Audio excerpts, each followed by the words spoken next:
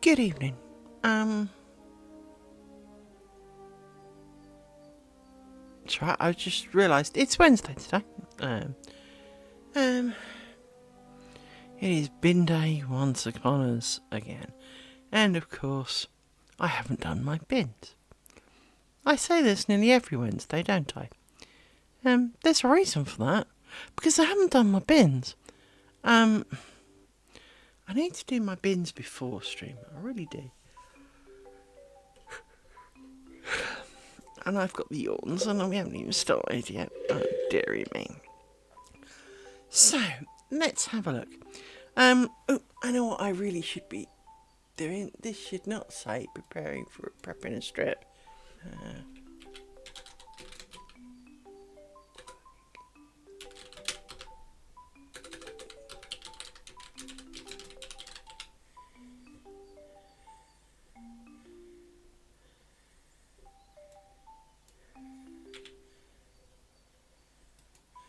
So there you go. Updated the stream title a bit.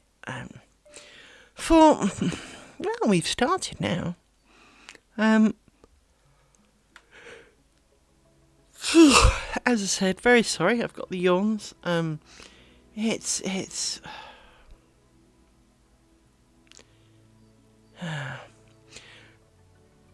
But smile, for Friday will be soon upon us, and here in the UK, it is a public holiday.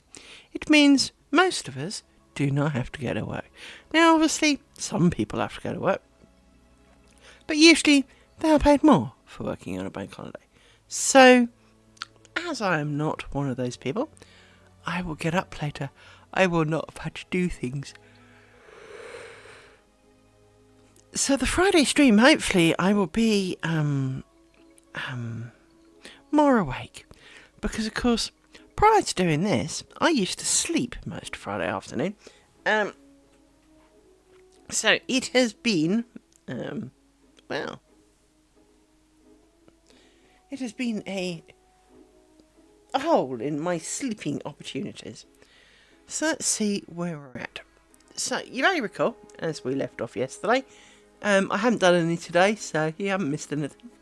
I didn't even do a tiny bit, to be honest. So let's escape some of you like this. I thought we need to work on this right hand side. And we will need some of these. But let's start with these. They do seem to be... Oh, I know what I was going to turn off.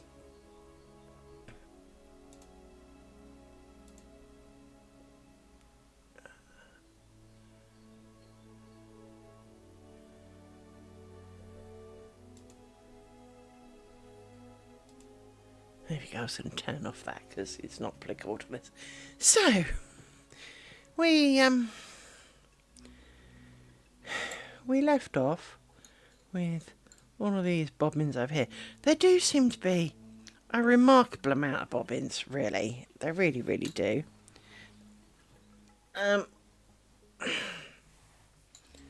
Considering. But I did say to you, it's basically again likely to be, given that the size of strip I wanted was as wide as the triangle is at its widest point. Therefore, it was going to be basically the same number of bobbins, and if anything, I think it's actually one more. So, that is a thing. So we have how many twists on that? Just the 1, 2, 3. My dear friend, how are you?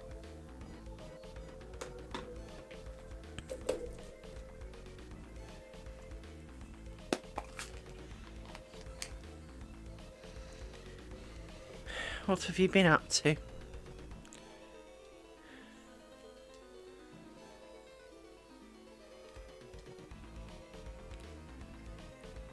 I do wonder from the strange text. You're doing arty things. This is a good thing. We like arty things. For it is artying and craftying, is it not?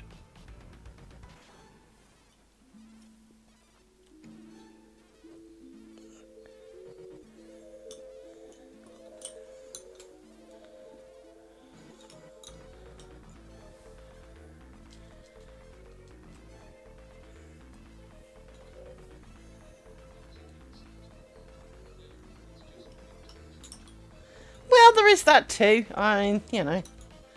No, but I mean, the phrase is arts and crafts. I mean, I can't art. I can't art from in a month of Sundays. So, you know, if my life depended on me drawing a stick man, I'd be dead. So, you know, I'm under no illusion that I don't art. So, you know.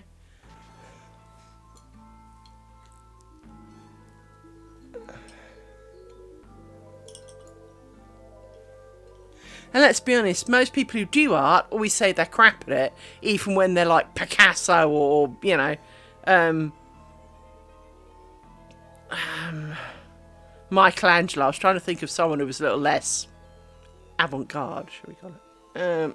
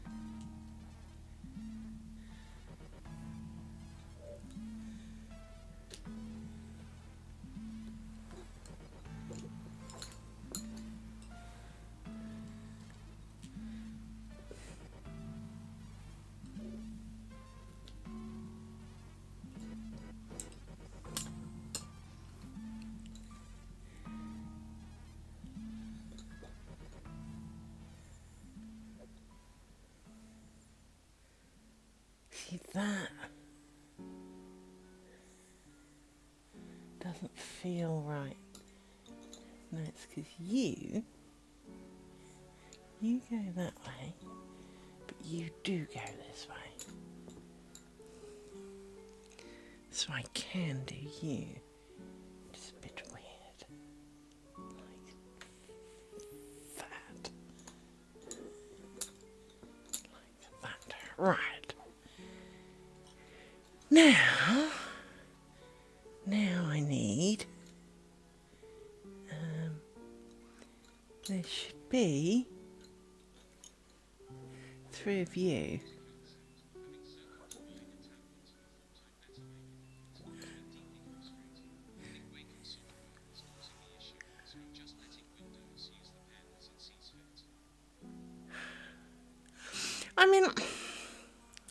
as I said to you before, the Wacom stuff I did a really long time ago, when they were hideous colours, use a small Wacom device, and I don't remember what happened to it. I think it must have, dog ate it or something.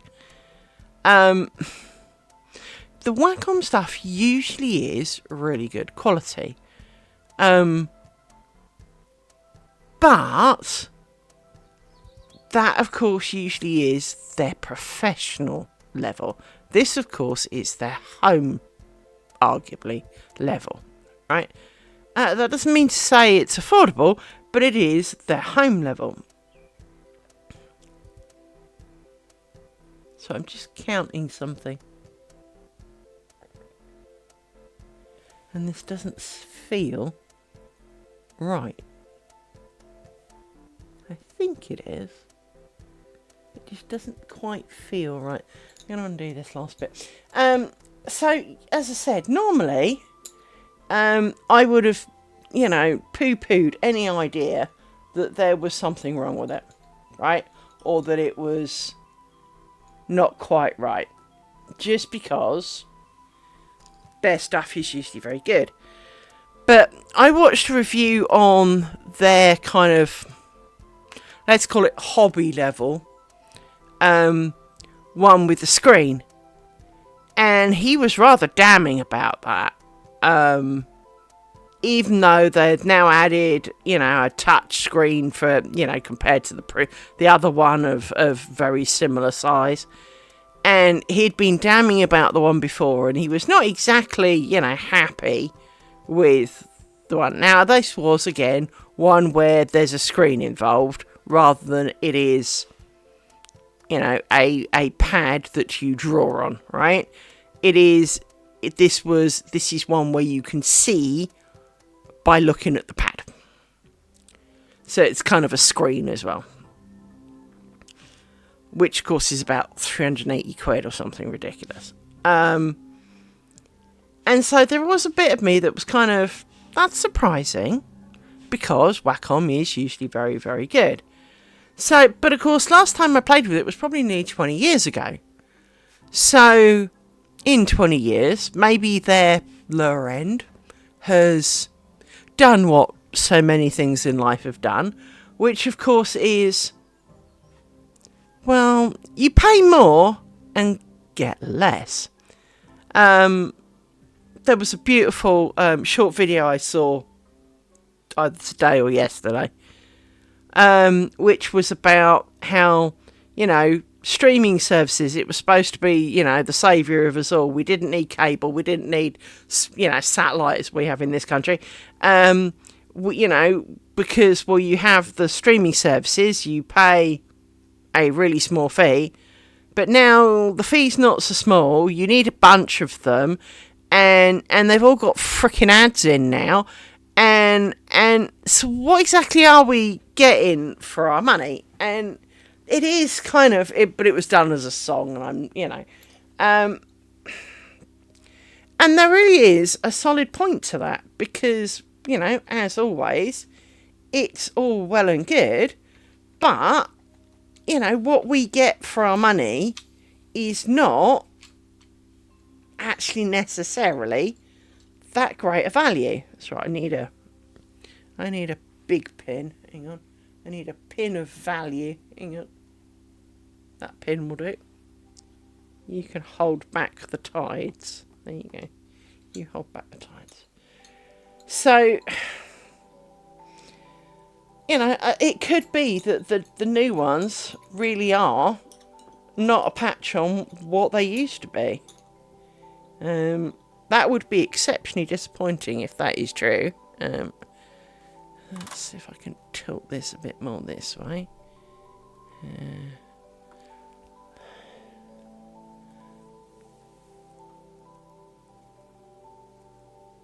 And it's being annoying. Allow the camera to turn. Thank you. Right, there we go.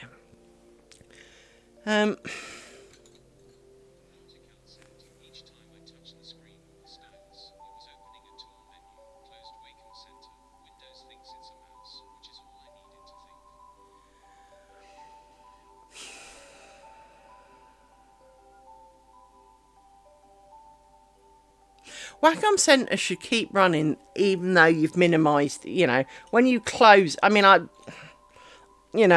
seeing what you see kind of thing. But normally the Wacom Center is like a control panel in that you go in, you set some settings, you do some things. It would not be the thing.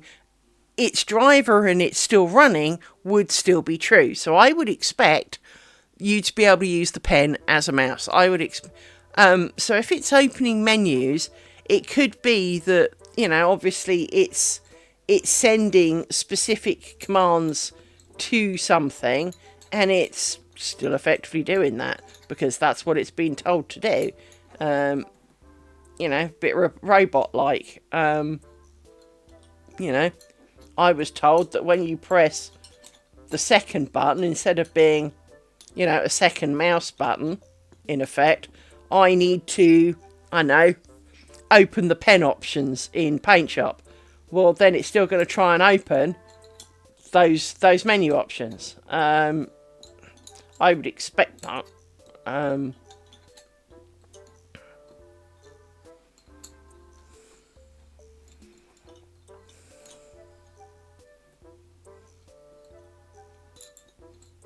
I'm distinctly running out of space. Actually, I want these ones. But I'm just trying to chunk this up a little bit so that I can get this pin somewhat in the hole. Back here. There.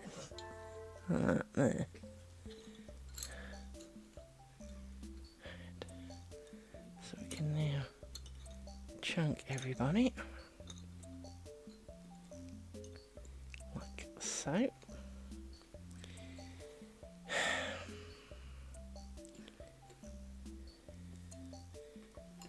There's a pin. Put you in there and 1, 2 and 3. Missed. There you go. Right.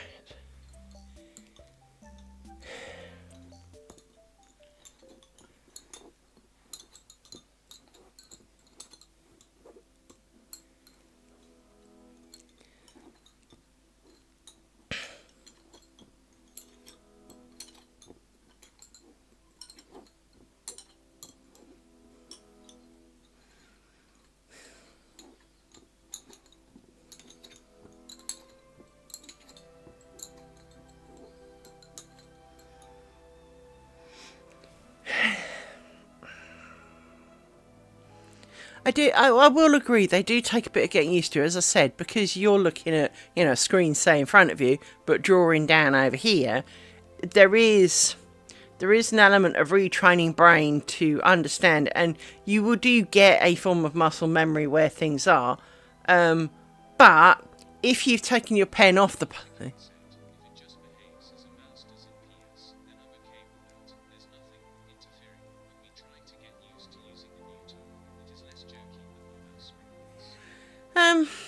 It is supposed to be a little more than just a mouse. In that pressure and angle often come into it. However, other than that, it kind of is just a mouse. So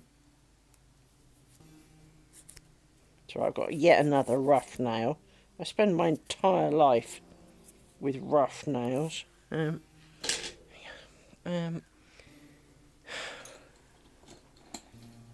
Scooch you up. See, I scooched you up and it doesn't seem like it. Let's scooch you up that way. Right. 1, 2, 3. 1, 2, 3. 1, 2, 3. Right. And then we want you. And then we can come down the side.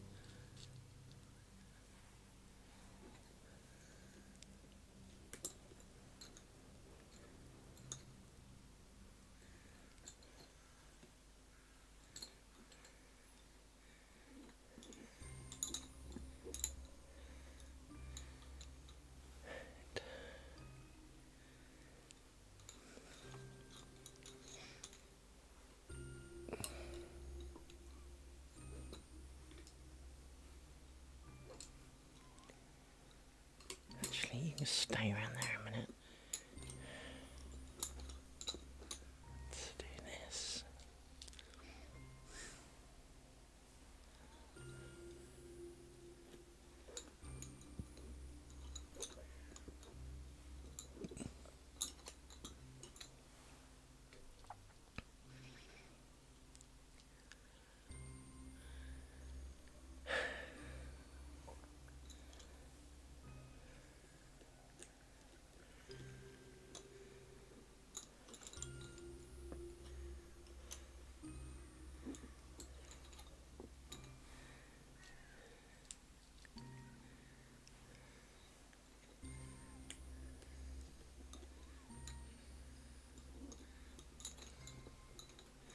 Itch, itch, itch. Hello, Flusenby, my dear friend. How are you? Ah, itchy, itchy, itchy, itchy, itch. Oh.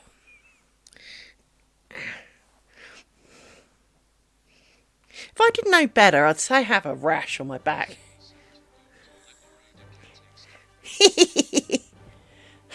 You have borrowed a cat. Fair enough. That sounds a little sinister, you understand. You know, villains often seem to have cats as pet. You know.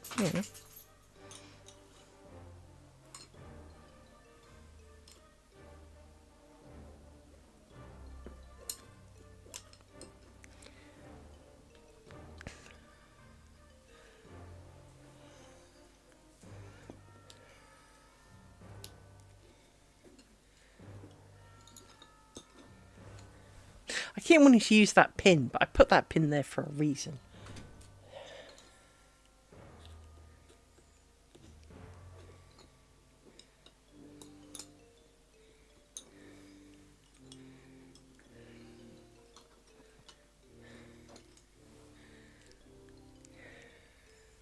So what is this cat? Well, how did you borrow a cat?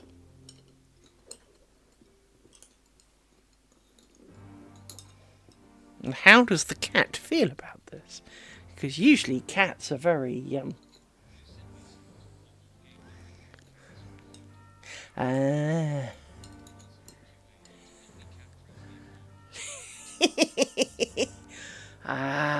see. That makes a lot of sense. It has to be said, pet proofing your house is frankly highly... Yes. And as we all know, pet proofing your house is a real black art. I mean, when I got these two, not dog cats obviously, but dogs, when I got my dogs, I really thought I'd done well. I really thought, and for the times that I needed to go out, my garage here is a double garage, right? So there's lots of room, and this was to be their room when I was out. Because, well, didn't really want them, to come home and discover, my bed in shreds or something. Because, that's just not a thing, right? So I gave them the garage. And everything was tidied away, up on shelves if necessary. It looked barren. And when I got home at the end of that first day, do you know what? I don't know where they found half of it. Seriously, the entire floor was covered in stuff. Now, I'd given them a dog bed and a bowl of water, and, I was not being cruel. A couple of dog beds and a... But they'd found like 20 trowels to eat. And somehow they'd gone up on the shelves and basically emptied the entire length of garage shelves. And there's 3 shelves, the entire length of garage. They'd emptied the entire thing. And it kind of... there'd been like 2 objects, which, there'd been a table and a chair that were in there. And I'd kind of put them up out the way. So the table was obviously, stood in a corner and the chair was on top of it. No, they had that off the table.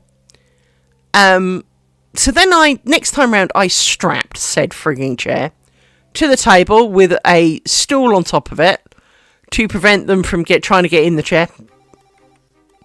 Do you know what I caught on camera? Rory sitting on top of the stool. Almost like, having to cram himself in between the top of the garage ceiling and the top of the stool. Here he was, king of the frigging castle. But they eventually destroyed the dog bed. Now, the dog bed was not new. The dog bed belonged to a former friend of mine, who had come to stay when her father had died. And she came with, frankly, no real possessions because she was old and grouchy. And this dog bed was one. Now, she hated the dog bed. Do not get me wrong. She loathed that dog bed. In fact, never really used it. Let's just say it was full of feathers.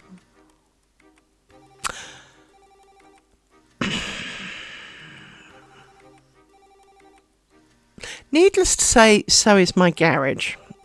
And you might scold me, for this was many years ago. I never really cleaned it. I kind of tried to sweep them all in the corner. But, it's like getting glitter. The more you try, the worse it gets sometimes. And, yeah, my garage still has a rather large feather population. And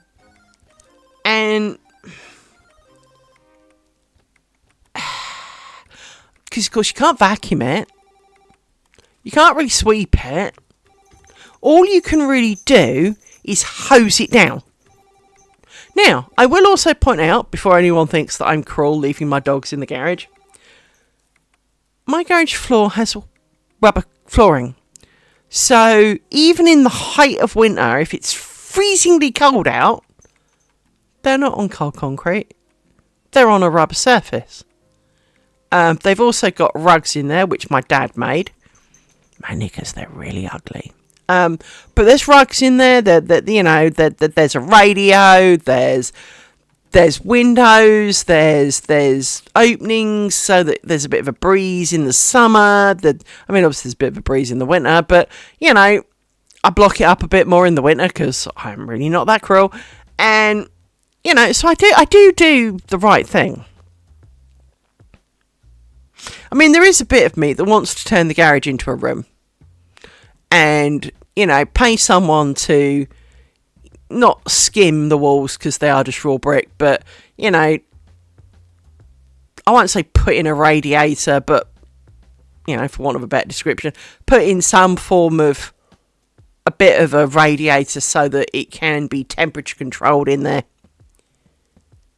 And so that I can make it a little bit warmer in the winter. I will happily say that Liz, the Ice Queen, who is currently sitting here in a jumper with a duvet over her legs, right? I can tell you now that in winter I could sit in there for a while. And I am the Ice Queen. So it's really not that cold. But, put a couple of extra windows, it could be quite nice. But of course, I have to think about the people who might want the house after me. They might want a garage. Now, in the UK, most garages are not suitable as garages anymore because the garage size and the car size, it's designed around a car from 40 years ago, which was about a foot thinner. And, well, normally, it is a double garage, so it doesn't kind of apply, but in a single garage, you put your car in, but you can't get out now because, well, unless you are, a supermodel, size 0 on a diet, and preferably not wearing more than a very thin piece of attire, or you climb out like the sunroof, or you climb out through the boot, right? It's you don't really put cars in a garage anymore. So garages really aren't the great things, except for storing shit.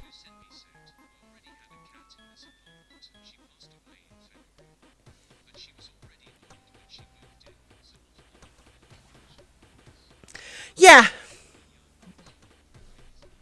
Well, and this is the problem. I mean, when I moved in here, I moved in with two dogs, age 16, right? So again, I frankly I didn't have to worry about puppy training. I didn't have to, which is why my hall floor now looks like it's, fought a couple of wars. Because, of course, these two used it as a bathroom. And, with all the best will in the world, it's now clean dirty in that it still looks dirty, but I know it's clean, right? The things that they found to eat, the things that they found to chew on, the things that they destroyed, shit you never knew you had, And that's the bit that I find surprising is how they managed to find stuff you never even knew you possessed. Yet you must know you possessed it, for it is your shit, but at the same time, somehow, this is stuff you don't even remember owning, and now they found it, destroyed it, or it will be stuff that you forgot you owned, but on seeing it, it was the thing that your great aunt gave you before she died, or whatever, that last remaining remnant of a favourite whatever, and said pet has now destroyed it. And you are not happy because perhaps you liked Aunt whatever her name was, right? So, pet proofing your house really is a hard skill. Because for no matter how much you do, no matter how...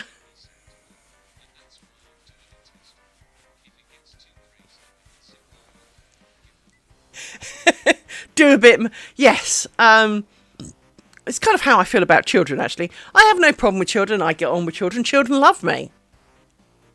I don't want any of my own, though. But I really do love the... Yes, I'll entertain them for a couple of hours. We'll have a whale of a time. Now you take them back, right? I want to go to sleep. And I want to sleep. And I mean, I actually want to sleep. You're going to take them back now, right? But this was in part of the problem with Lucy was that Lucy being my ex-father-in-law's dog, when he died, his family asked if I could look after her. And, as you are well aware, I still got on very well with my ex-husband, so I, of course, said yes. There was no doubt that I would try. But I had Charlie, Brown, and Maddie at the time. So it meant I had 4 dogs. Now, I'm a firm believer that, realistically, 1 dog per hand available in the household. Unless, and then there are caveats such as they're really, really old, because obviously old dogs are generally less of a pain and have learnt the rules. And so for example, Maddie and Fiona, I didn't have to lock them in this room when I answered the door because A, they would not rush out and greet people. B, they would not try and run off down the road. Now, it's not that these would run off down the road because they hate me. They're just hyper-curious and would off and then not listen because it's interesting, right? Because we do have selective hearing of the younger dog variety. But, so I've got one on my lap now, and it's licking my hand and getting annoying. Which is why I've stopped because, well, there's a dog kind of down here. This is about as far as I can reach at the moment. Because there is his fur ship in the way. But when you get a new one that's all overexcitable, it is like having a toddler. Because young animals, like young humans, wish to test their boundaries. So even when they know that Mummy and Daddy are going to be pissed if they do this, well, if Mummy and Daddy don't see, maybe they won't know it was me. Well, Mummy and Daddy are maybe the only other living thing in the house. If something gets bitten on, weed on, pooed on, it's not, and it wasn't them, they will know it is you. Which is something these two really haven't kind of grown to understand. It's almost but it was like that when we found it, Mummy. No, it wasn't. It absolutely was not.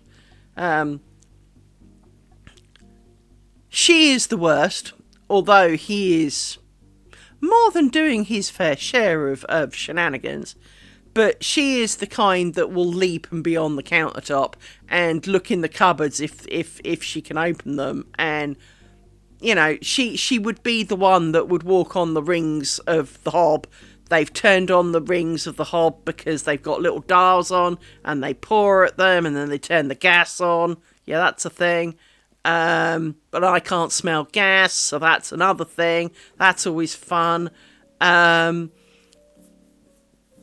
So hence they go in the garage, because I deemed it the most dog-proof place I had. I so had convinced myself that there was nothing they could do in there. Horseshit. Absolute horseshit. As I said, the amount of garden equipment that I suddenly seemed to be in possession of was astronomical. I really don't know where they got it from. Because, yeah, there was a trowel on the shelf, but there were like 20. It's like they found some sock black hole for garden trowels, right? That comes out in our garage, you know.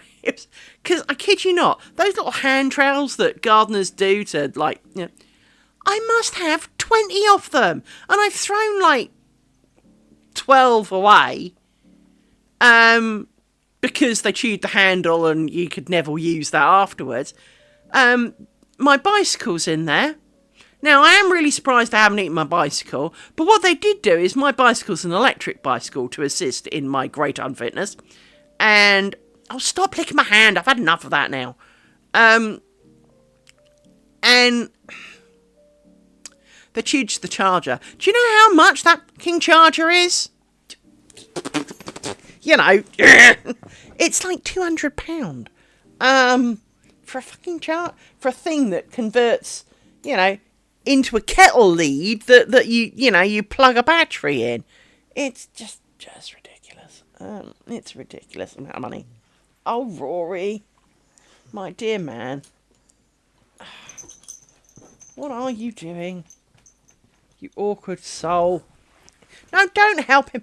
What is this? What is this? Oh, you also been licking my... Thanks for licking the duvet. Thanks for that. It was me thinking you were licking my hand. I think you were actually licking the duvet, weren't you? No, don't lick my hands, both of you. Oh, for Christ's sake, children. Otherwise, I will trim your claws. Yeah, and I know what you think of that.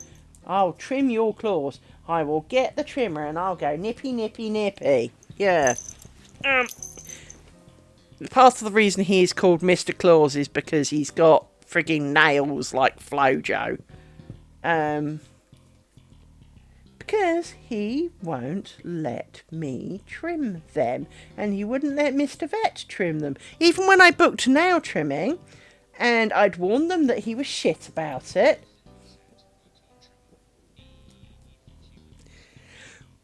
Yes. Even though I'm kind of surprised, and the reason I say that is because they claim from a dog shelter, and they were found as tiny, like, you know, barely eye open puppies, right? But he already associated claw trimming with evilness before he got here. So, and it's not, I mean, much as he trusts me,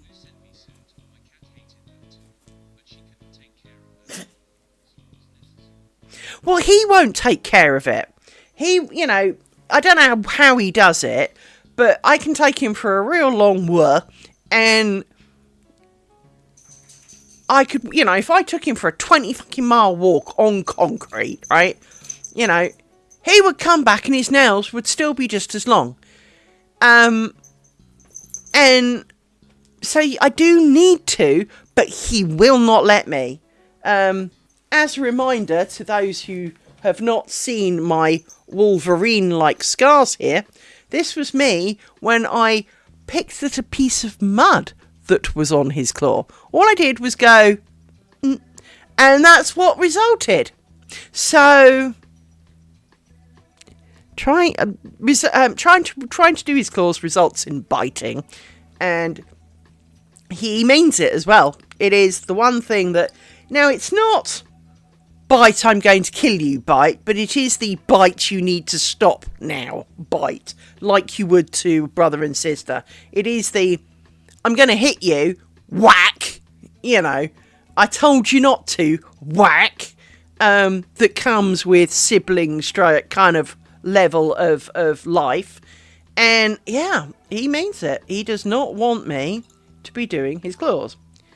And so that is the outcome. Just counting again, hang on, 1, 2, 3, yep, those are the ones I want. Let's put that over there for the moment. Put this on here, you can come out, you can go over there a minute. So, I need you, and I need 3 of you. 1, 2, 3, like this.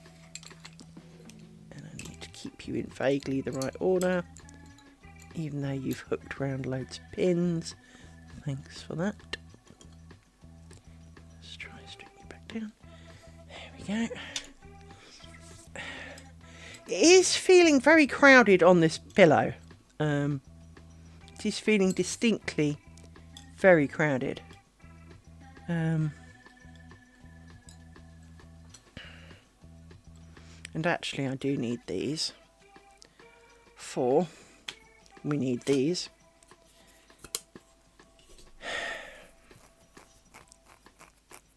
Itch. Got an itchy finger now. Right. Let's move you back a bit more. And extract you from around the pin. Right. Why do I need the extra ones? Have my duvet back. Here you go, Rory. Rory's got most of the couch, so I'm balancing on by the end clench of my butt cheek.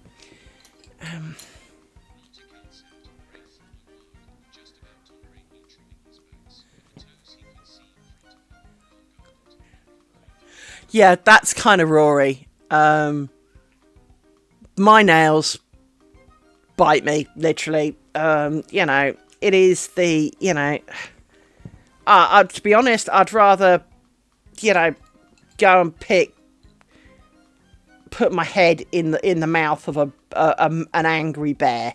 It is not a pleasant, and as you say, it is not for those who are unprepared. I generally manage to do like 1 nail a month. Don't I? And you hate me for it, don't you? Yes. And I've never hurt you. No. But you still hate it. You hate it with more passion than is frankly worthy of life. For I don't believe you'd ever had your claws done before I looked to do them, because they still had the true kind of puppy points to them. So I really don't understand why you hate it quite so much. But I guess some of it is it's like the last thing he can control. And, well, I mean, some of them do get to be epic. I mean, they're looking a bit shorter. You must have found some way to trim them slightly, but they're still long. And the back ones are usually the worst. But he really, really, really, really hates it. But I've got to keep an eye on his dew claws, because obviously if they grow too long, they'll stick in him. And, you'd think if they were sticking in him that he would kind of be pleased. No. Apparently you'd rather have the pain than have his claws trimmed, which seems a little bit daft, but hello, welcome to Rory, Rory has brains, but maybe not quite as many as, would be useful. A few more would be nice. Stop licking the couch. Stop licking everything. Don't give me that look. Stop licking everything. My dear little man. Yes, you. Stop licking everything. I love you a lot. Yes, I do. I really, really do. However, I posted a thing on Facebook the other day, which was obviously a young, kind of hard to tell, and you'll understand in a minute why, either golden retriever or Labrador, kind of. Clearly, it was once that colour. I say once, for basically it was a walking mud ball. There was barely a hair that had not been completely submerged in a good inch layer of mud. And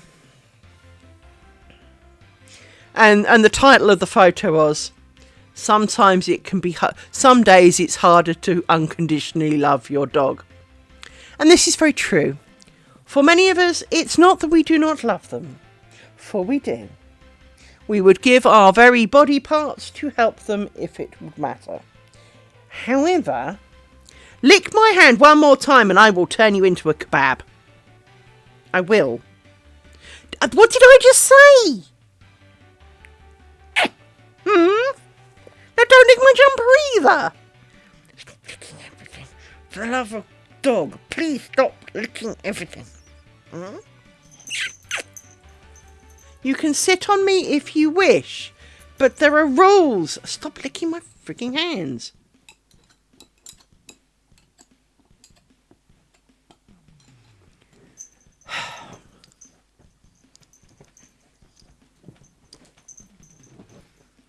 What did I just say?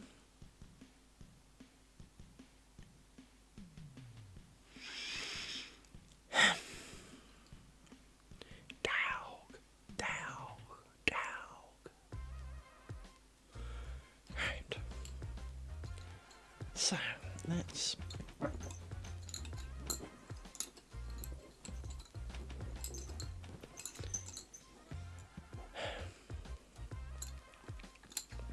Sometimes having pets is worse than children.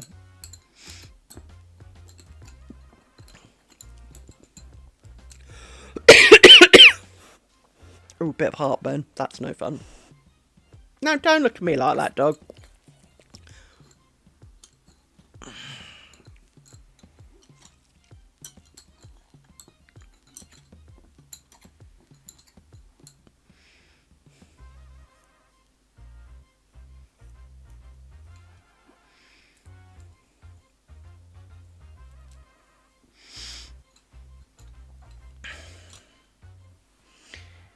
Pin.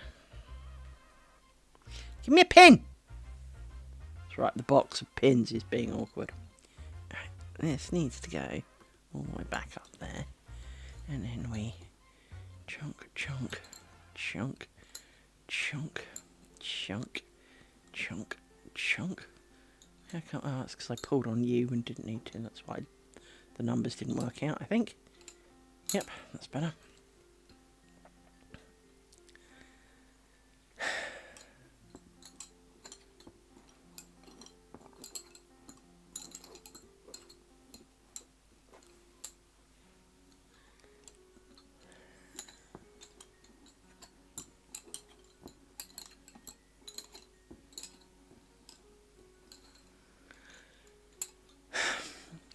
For those of you may remember, Silver of Dragon, who also does lace making,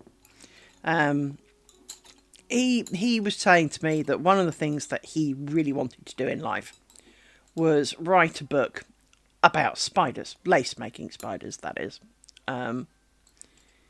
because there are just so many different ways of making spiders. And I was watching a video about 6 different ways to make spiders, and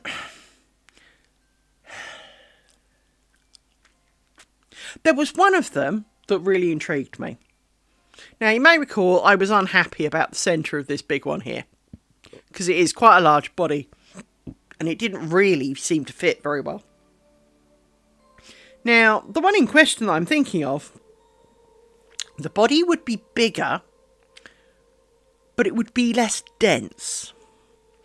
So, do you remember the thing where you got loads of pins round in a shape and then you wound string kind of like to there, to there, to there, to there, to there, to there, to there, and you ended up kind of a bit like a spirograph, you know, doing the rounds and making the pin? Well, basically, it was kind of like that on the outside. So you had like the points of a star all the way round, and then a slightly more solid chunk in the middle. And I was actually going, oh, that's quite pretty. It's still a spider, but yeah, that's quite pretty. I could, you know, I can see a purpose in that. And I was tempted to see if the middle one here would work doing that. After all, this is technically an experimental thing. And it can be quite a pretty thing to do. And, you know, done right, like everything, done right, it's a good thing. Done wrong, it's a bloody awful thing. So, you know, I can dig you out the YouTube link. Hang on, let me... and in fact, I can find the bit of YouTube video and show you what I mean. I won't show you the video, but I can find, you know, pause it on a bit where it shows the end result kind of deal. Right? Hang on.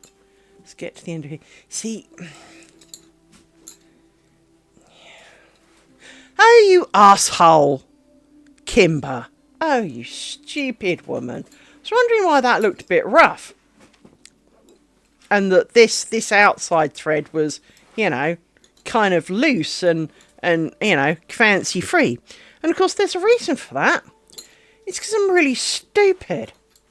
I mean the king of stupid. I mean, you know, the universally butthead who forgot to twist them. 1, 2, 3. 1, 2, 3. 1, 2, 3. I really swore I'd twisted them. But that must have been those ones back there, because they are not twisted. So that will explain all of that.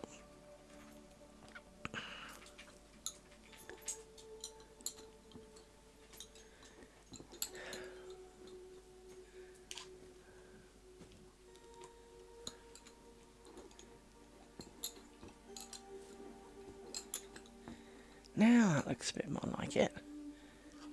Still, it's...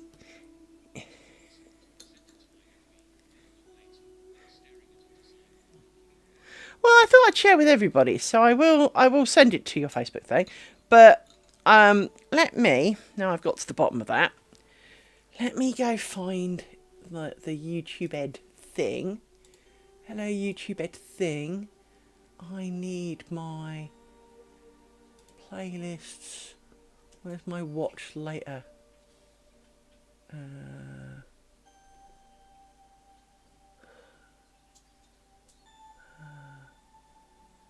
Your videos? No. No, that's not what I wanted. It's definitely a playlist thing. Need to say recently added. That'll do. Watch later. No, that is not my most recently in. There it is. Let me find the bit of video. It's going to be nearer the middle.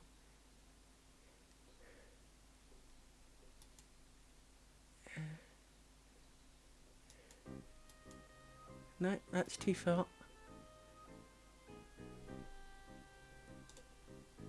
Right, here we go.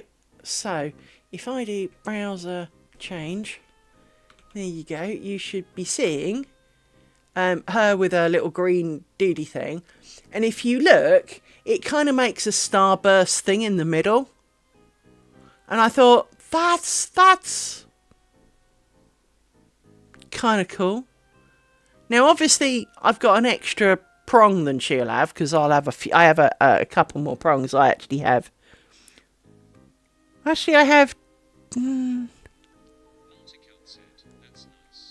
Yeah, now that is a 3-prong thing, so similar to the ones that I'm doing on the edge here, or here, but obviously I've got the straight bits coming off. Now, the big one in the middle is actually has 4 4 legs, not 3, like she's got. But I'm sure you could do it with 4 legs, not 3. And so, yes, all credit to this lovely lady who did this like 4 years ago. But that's a spider a girl could hate a lot less than the traditional spider. I mean, as you can see from the one below, it's got like 2 eyeballs in it. And then there's another one with eyeballs and extra bits. And yeah, she does 6 of them anyway. But this one caught my eye because I quite like the little points on the outside bit. And thought, you know what? That's really not as ugly as, the average spider tends to be. So, that could be a thing. We could get behind that a little. So let's go back over here. Now, whatever I do, there are just too many fucking mobbins. Let me lift you up.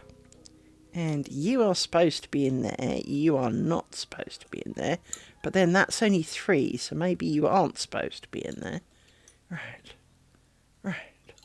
Now, let's do a bit of this bit in the middle. So, you come down this way.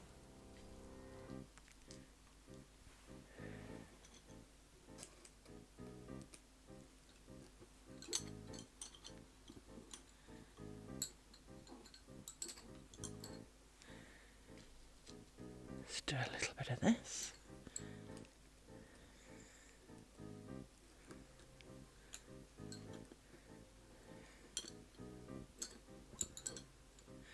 And you go this way.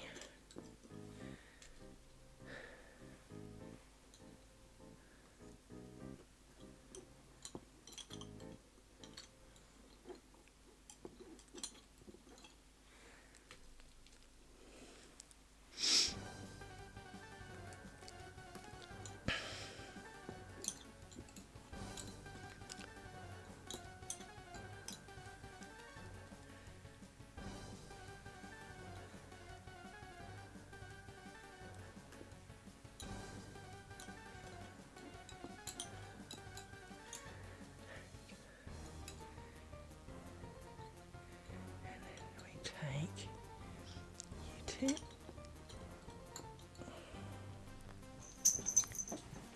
Oh, Amy.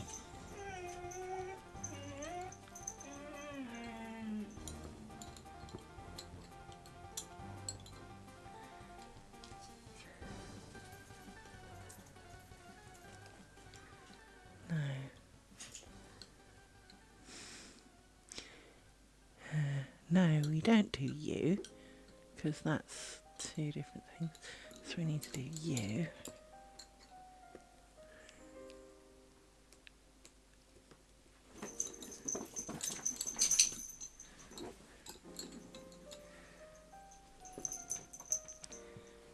Just lie down, little one.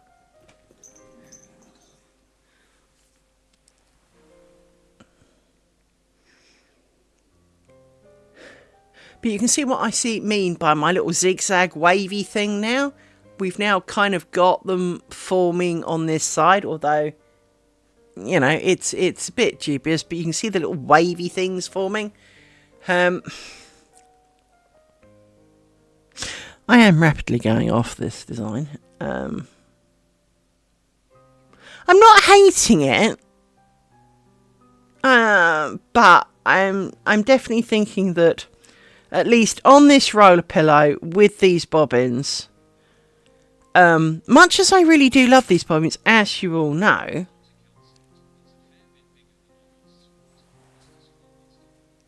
yes, you did. You did miss yesterday's. So yesterday's I did the big bit in the middle, which was hard going because, well, it's like half the bobbins. Yep, I know. Hideous of you. I will never forgive you. I will never speak to you again. Of course. You understand. Which reminds me, I need to send you that link, don't I? Hang on.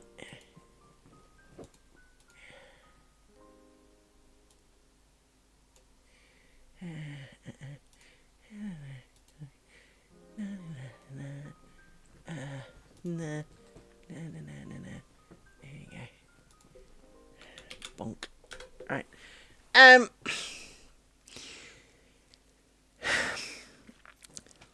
But yeah, the kind of wavy things are forming.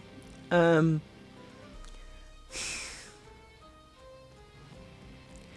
don't like spider bodies. I think that's the crux of my problem, is I don't like the spider bodies. Now, there are different ways to do it.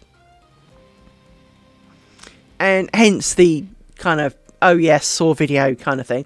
But there are different ways. And obviously, as you may notice, when I do the spider, at one point, when I first cross, what you do is you have, generally in this case, 3 lots of bobbins on one side, 3 lots of bobbins on the other, and you cross them over. Well, one thing you can do, of course, is leave them at that point. And I think I'd like them a bit more if that was the case. Because the bodies would be... well... but then it would lose the roundness of the waves. Because it is the annoying kind of fact that the 3 bobbins come in from there and then go back out again that gives it the roundness. So, kind of thing, right? I think we need to do one more spider on this side. But we need to pile up some bobbins, actually. 1, 2, 3, 4, 5, 6, 7. You need to kind of chuff off.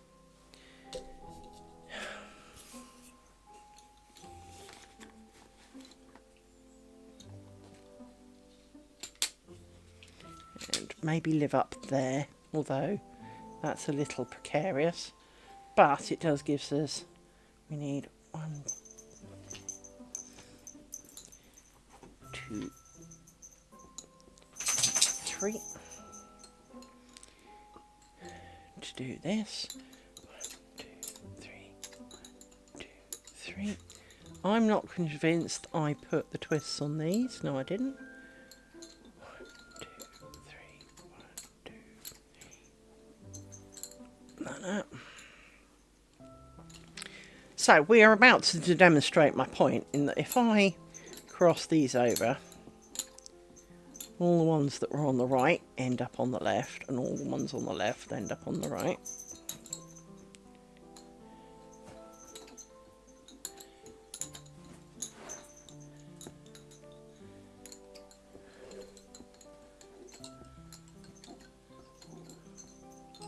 So if, for example, the spider body was just this little tiny cross in the middle, there is a bit of me that thinks that it would look, well, nicer.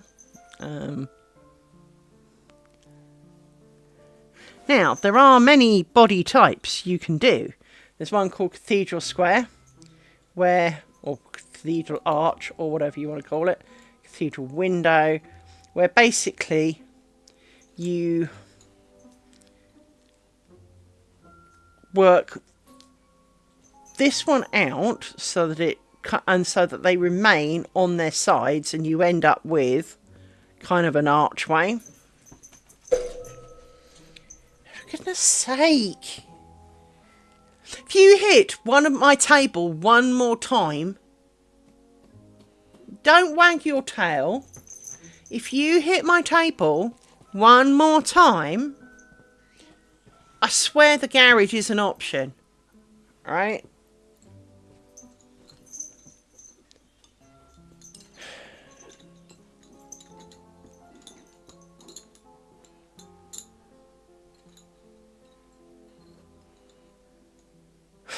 It is in part because people are out putting their bins out. 20 fucking miles away.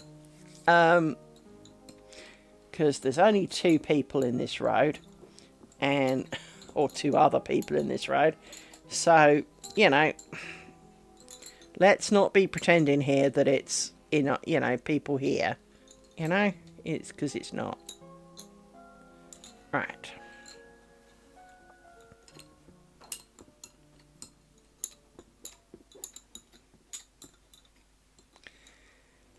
Let's put the twists on before I forget.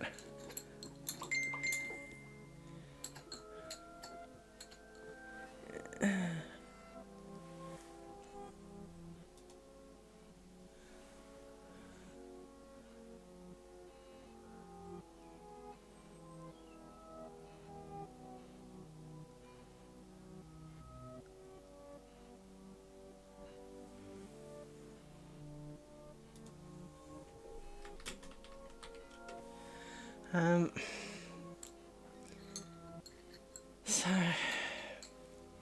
you then need to come down the outside and trap these legs on the outside.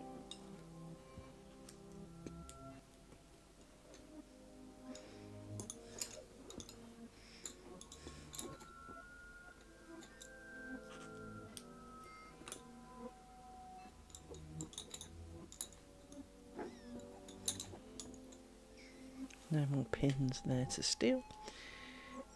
And once again, I just have an amazing ability for picking up 2 pins. Why does it sound like the wretched gardener man's here? I know it's not. Shut up!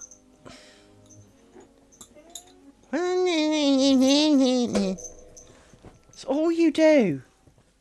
All freaking day.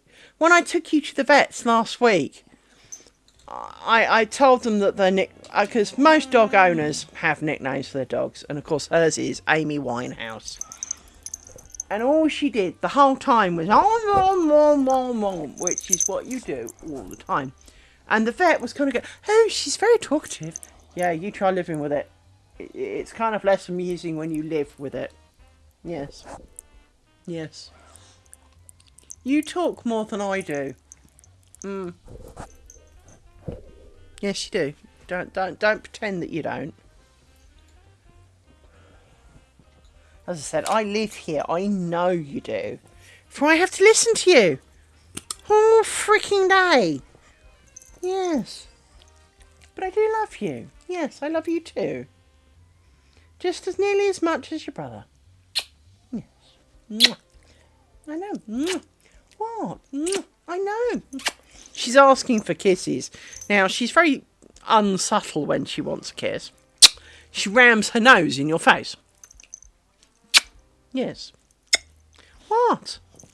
Why? I appreciate the you want kisses, and that's really nice. It is.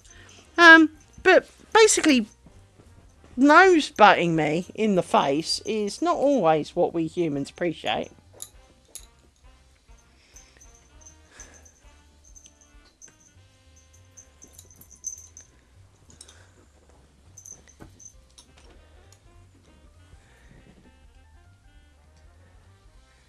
And then we will go and play with the other side. No. Now, that's not right. You need to play over here.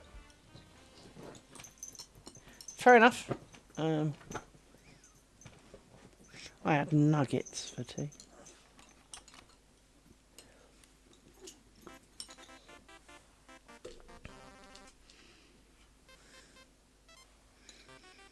With excessively garlic mayo, and it was great.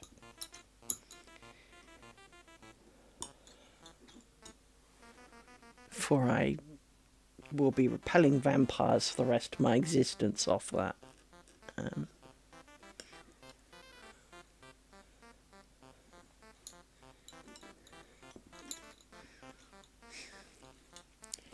Now we do you.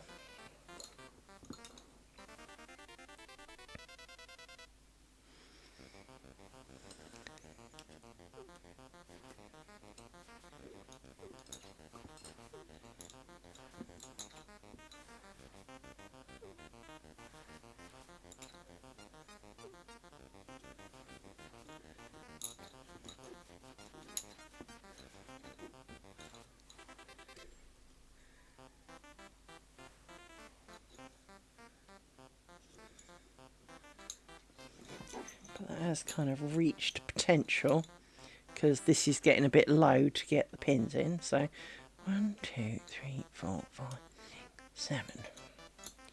Now, really, I need to lengthen you all because we're about to roll the pillow. So let's lengthen you all quite a lot.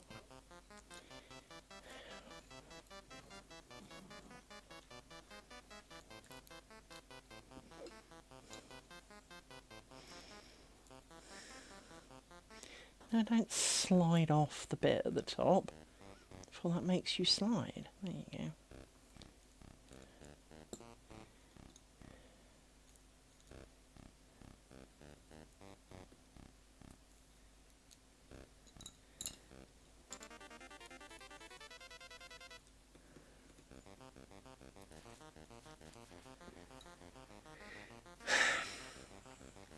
See, on a roller pillow, this is where people do the scary thing and they just pick these up and chuck them over the back. And when they want them, they just reach over and always seem to pick the right ones. It's kind of voodoo. It is definitely a form of voodoo. Because when you've only got 8 pairs of bobbins, yeah, sure. Because obviously, there's not that many back there. But if you have this many bobbins, if I chuck these bobbins back there and hope, I'd spend 2 hours trying to find the one I wanted. And it's just not something that appeals. So then I try and keep them together. And that doesn't seem to be working too well either. Because, well, as we know, I am constantly running out of space. So I am wishing I'd used the bigger one. Because I've got another of these roller pillows that's slightly wider. And it would have made a little bit more working space. Wishing I'd used that instead. But I knew that the thing I was making in the middle didn't need 58 trillion bobbins worth of space. Until, of course, I put that middle chunk in. And then, well, now I regret it. So, 2, 3, 4, 5, 6, 7. Yeah, that goes under there. You go around like this. You can go over here. You 3 can come over here and hide. You need to stop mating with the pins over here. Like that. And you need to come down. Do I need to do another spider on this side? Well, I can do another spider on this side, and so that's possibly the answer to that. I can do down to here, because that's less than here, so 1, 2... Oh, I didn't cover this bin. What twat. There we go. That's you. You stay out the way then. We had 1, 2, 3. 3 to you. We have 2 of you, which means I need 1 of you back for a minute. Which is now awkward because you're long. Which suggests now's the time to lengthen these.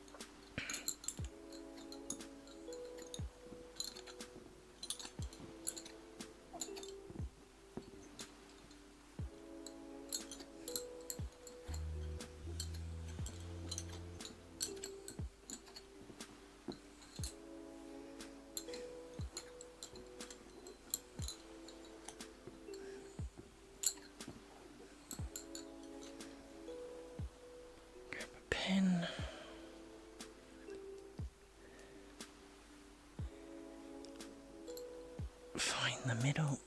There it is. Pulley, pulley, pulley, pulley, pulley. Pulley, pulley, pulley. Pulley, pulley, pulley. There we go. Like that. Strokey, strokey.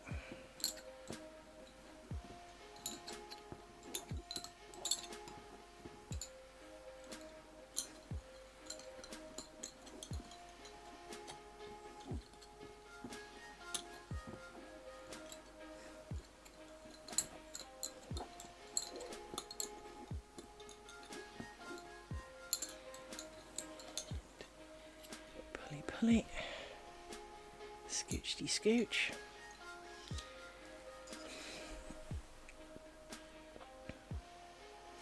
See, the little zigzag thing really does show up quite well.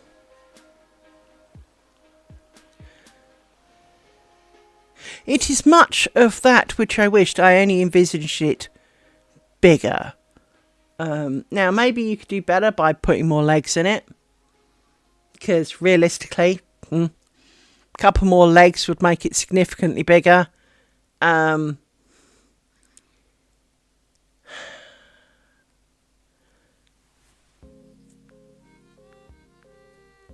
then, of course, the actual wave band would be significantly bigger, which is not necessarily what you want. But what I guess you could do is then plait the twisted pairs together. Make them kind of a bit more knobbly, shall we call it. That could be a thing. Right, so...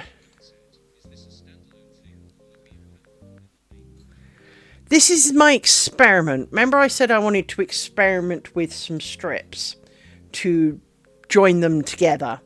Well, rather than just do mesh, which would be mind-numbingly dull, I chose to do this. I am regretting maybe putting quite so much into it. But it looked really boring without. So I added stuff. Yeah. I need a butt out on that. Next time I'm planning something Naughty Out, remind me to do boring, right? For it is an experiment.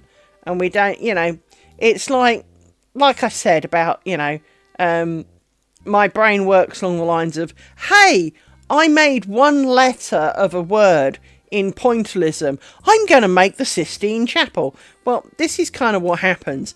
I want to make a test strip. I want it to be this big. Well, I don't really want to do this much mesh because it would be kind of boring. So what do I put in it? Well, I hate spiders, but I've seen this waveform that I kind of like and I want to try doing that. So I put some waveforms. And as you may know, as you may recall, Naughty Cat, I kind of tried to make... yeah, exactly, right? It is exactly that. Oh, look. Yeah, I know. It is, it is exactly that. Oh, look, I did an overhand knot. Well, holy shit, I'm going to knot the world. What the... No! Just brain, just no! No, can you not? Anyway, the problem is the mesh would have been boring. So I wanted to put a pattern in it. And I'd seen the wavy kind of thing. And I was interested to see how that could look. Because I do think it could look quite nice on a curtain, to have some bands going down in the final, this is, bear in mind, this is prepping for curtain number 2 and we're not even halfway through curtain number 1 now. But this is the, doing tests, deciding how feasible some of these things will be. Because, while, I am quite capable of making things and and all the rest of it.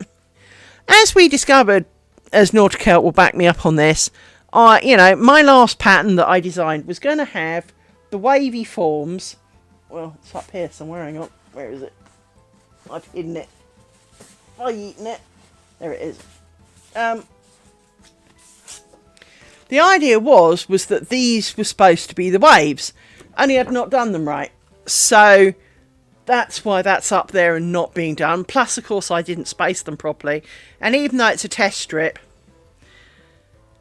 and I started it in the wrong kind of thread type for that kind of shit. And so basically everything about it was wrong, so I ditched that effort. But it was a test strip. Realistically, it could have been a big, big ugly knot in the middle. All I really wanted to do was test the edges. But the frustration of the bobbins and everything was getting a bit much. So I ditched that effort. And here we are. And so I made a new pattern. And the problem with the new pattern is well, it's a bit excessive for an experiment. 1, 2, 3, 4, 5, 6, 7. It could have been a lot simpler.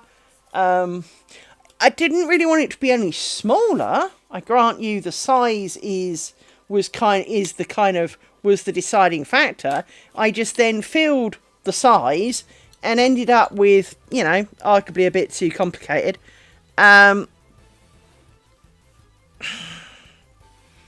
Welcome to my world, Let's take you for the moment. And I think I need one. Do I need one more? Yes, I do.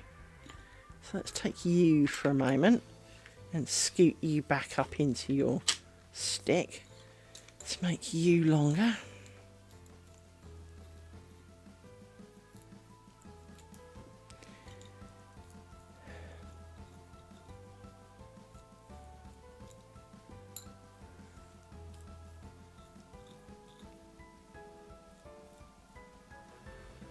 Bit long.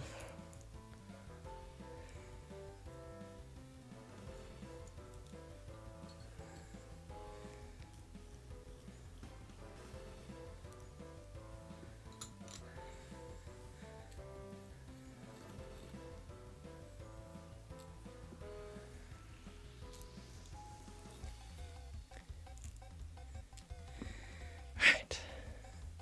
Let's put you down against the pad. Right, let's do the meshy bit in between. And then we can turn back the table, the roller a bit, and move everybody up. And suddenly all the bobbins will be short again. And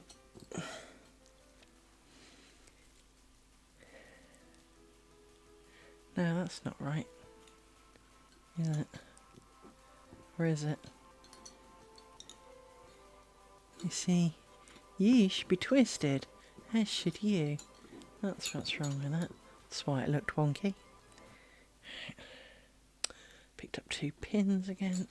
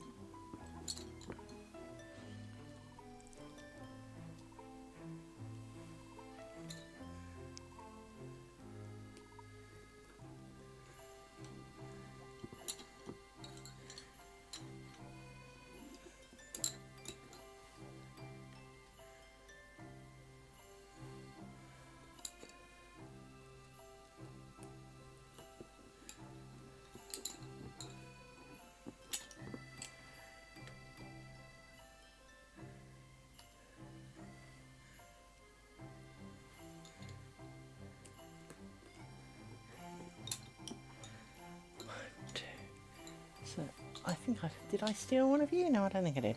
1, 2, 3, 4, 5, 6. Borrow you, make you longer.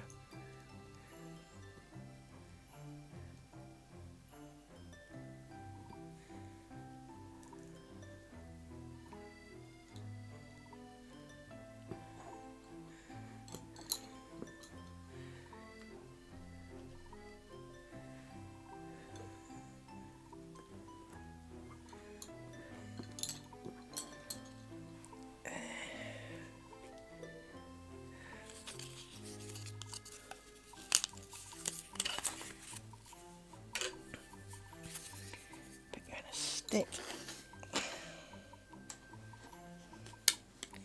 Move you out the way. Try not to let you mate with the pins. So, now we want to make you longer, because we want to make you longer. And there is an element of disaster here. For this pin, I don't know if you can see it, hang on. Let me see if I can show you it, hang on. If you look wrong direction, that direction. If you look here, this pin is not doing anything. It is a pin of nothing. Now these are twisted, suggesting that I did the right thing, but that the pin was the wrong side of that knot there. So that's sorted. Let's make you longer, because, well, that's a thing.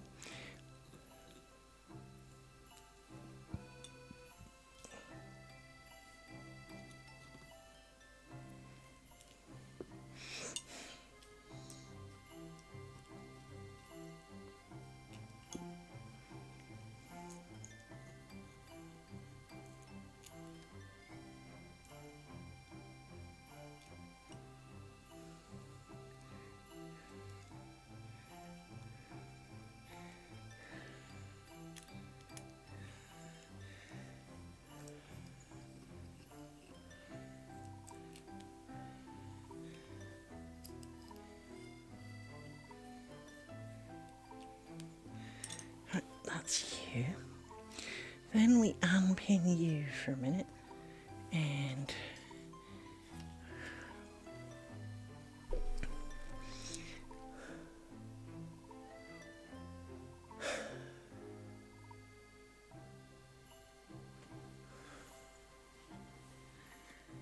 take out some of you and make you longer.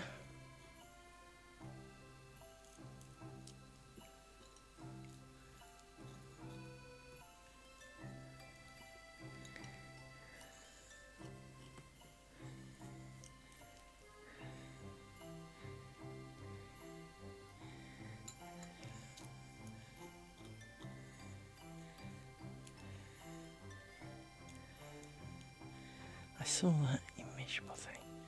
Come on, back you go. Maybe too long now.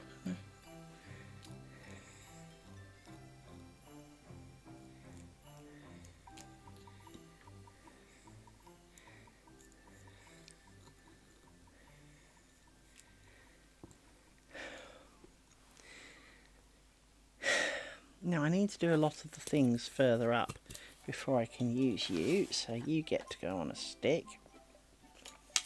and you get to come over here like this and balance precariously out of the way.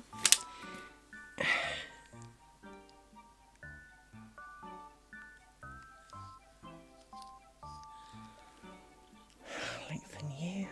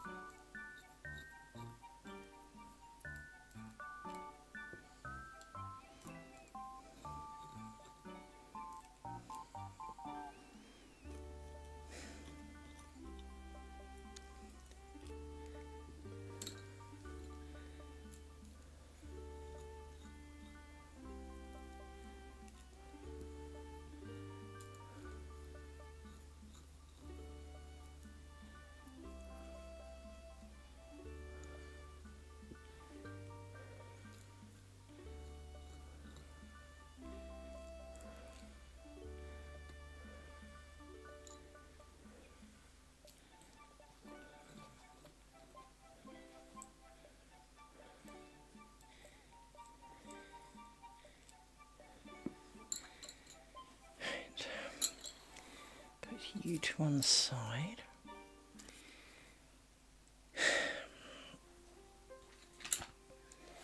We need some of you, but we also need to make some of you longer. So we'll start with making some of you longer.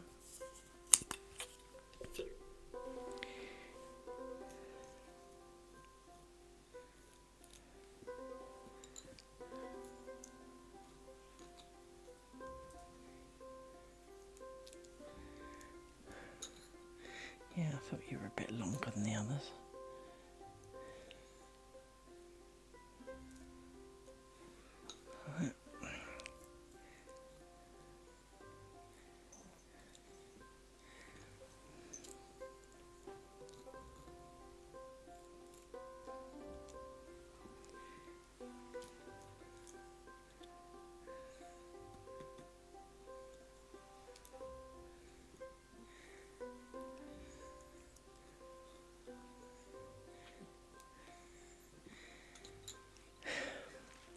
Now, before I bring you back into the world, we can take you, and you need to stay over there, if that's okay with you, and we can work down this side like this.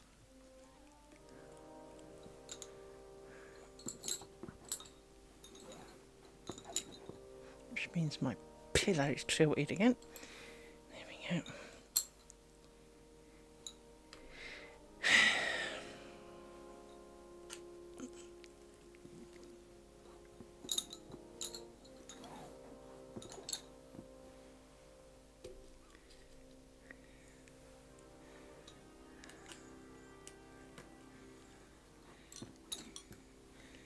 You're a bit shorter than everybody else, so let's make you a bit longer. There you go.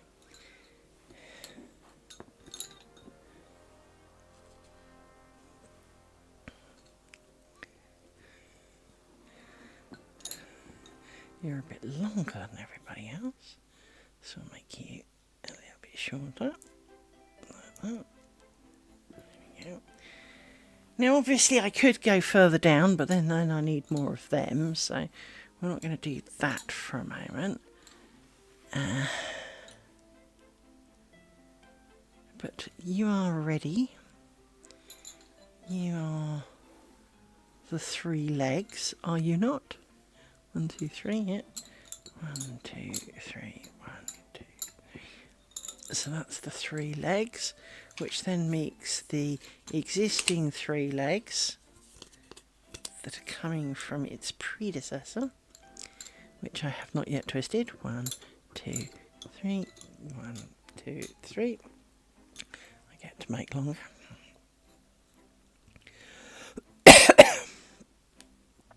Body trying to kill me.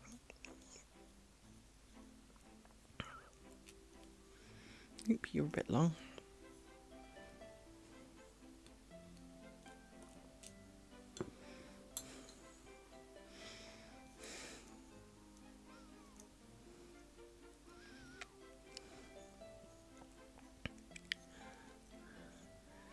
Go back up there like that, thank you.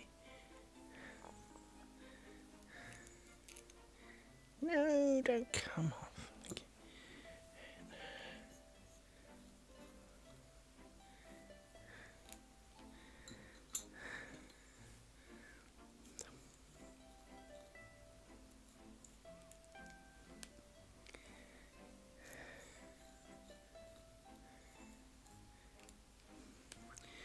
So,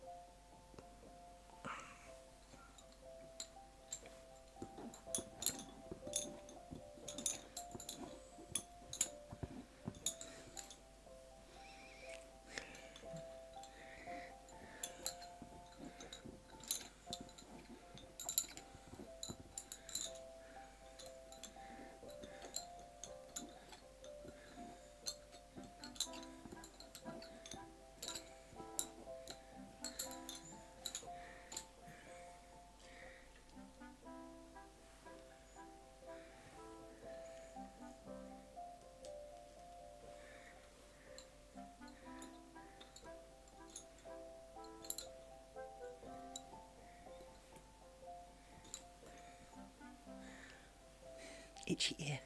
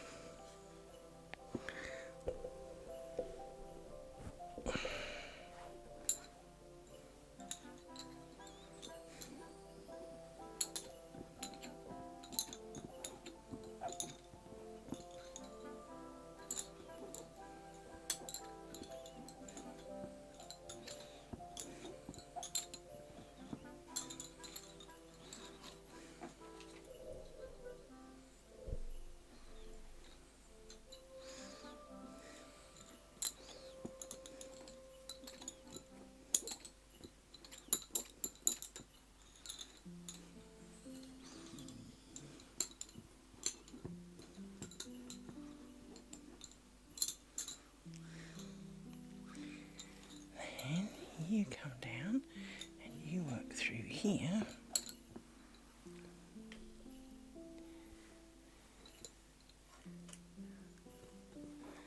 Like this.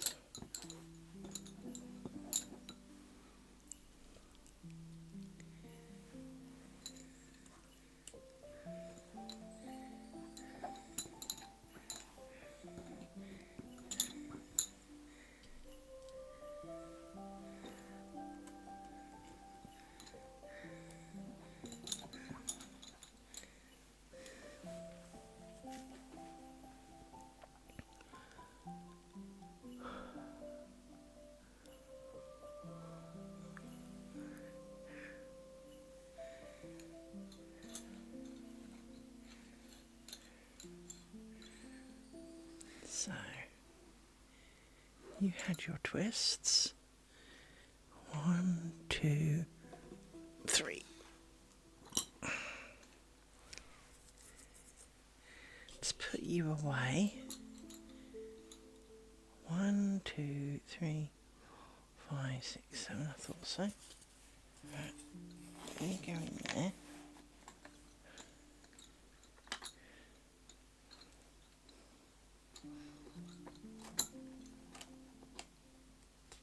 Like that. You can also go on the precarious pile. You can go over there a second while we let these down.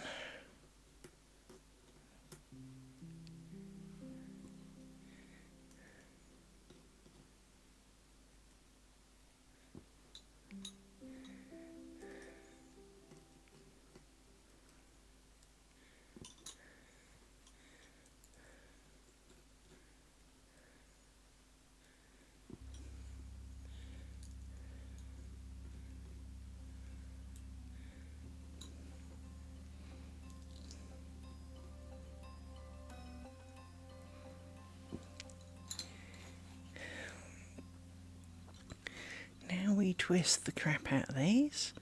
1, 2, 3, 1, 2, 3. That. Then we do the thing.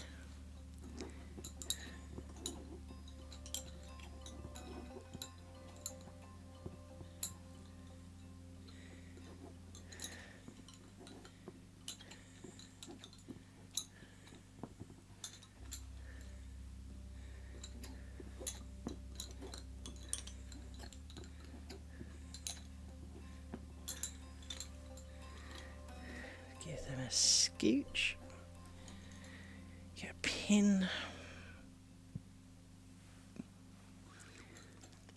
Find the hole. There it is. Give everyone a tug. Like that.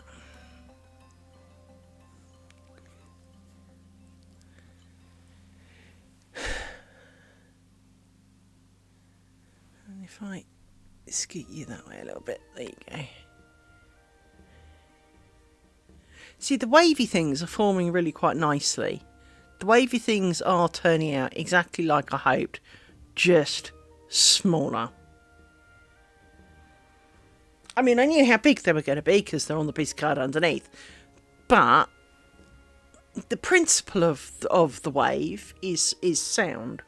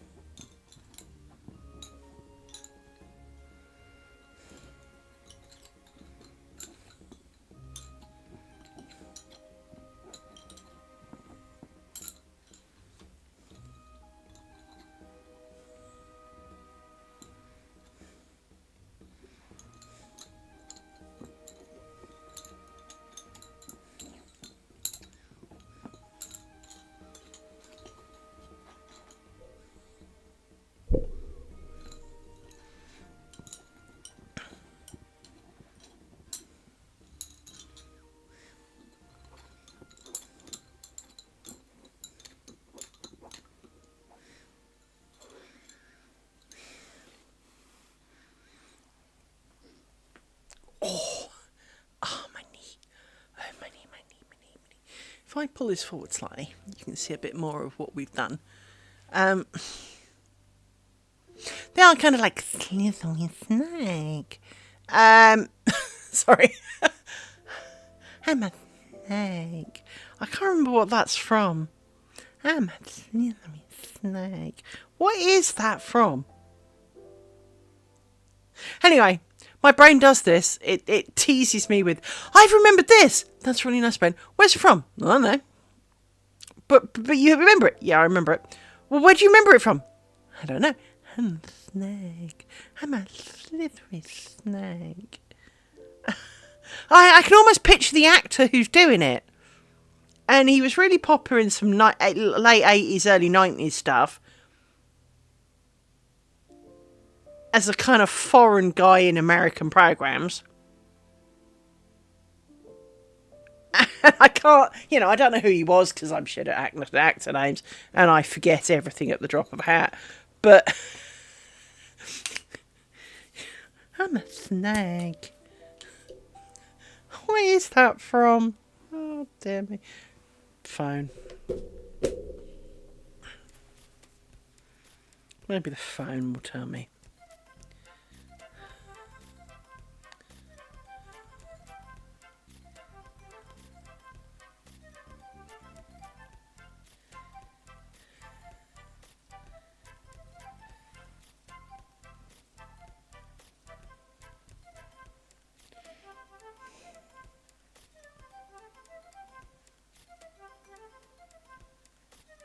This could be it. Hang on. I'm a snake. I'm a snake. That's exactly. See, it's not my imagination, but it's. see, I mean, seriously. By the way, the picture in that is of a King Charles Spaniel, so I don't know where they got it from, but. See, I mean, I absolutely had that spot on, and I still don't know what it's from. I'm a snake. Where is it from? Oh, brain, why do you do this? But this is my curse. I remember shit. I may not know where I remember the shit from. I don't know why I remember the shit, but I remember it. And it's like, no, my brain's full of useless crap I don't need. Can we not remember this stuff, please? Remember something useful, like to post the, pay the bill, or, but no, I don't do that. My biggest curse in life is that, let's say I've got to post something, right? And because I don't go out very often, especially these days, even when I did, I could put a thing the size of my bed in front of the door so that I would take it on my way to work and post it. Did I? Heck no. First thing I did in the morning would be to move it out of the way and go to work. And I could do this for weeks. And I'd be halfway to work and go, oh shit, I meant to bring that with me. But I'd see it in front of the doorway. Well, it's in the way. Move it. Every wretched time. It is. I am cursed. But I'll remember, the most obscure random crap that no one in life needs to remember. But then I can't remember to take the thing to work, or I can't remember to post it. I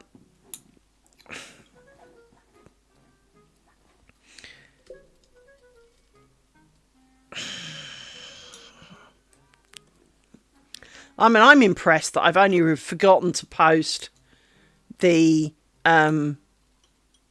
YouTube video, I think, once so far. I mean, I've been late. I've almost forgotten more times than I want to talk about. Now, of course, a number of people do the, well, you can have Twitch upload it. Well, yes, I could. But then if there were any glitches for whatever reason, my internet farts, etc., then it contains that, whereas my local copy does not. So it's better to do my local copy. Plus, my local copy is generically in better quality, because obviously, while streaming, you know, it has to cope with bandwidth and the rest of the universe. Writing to my rather fast local disk, no, it doesn't, you know.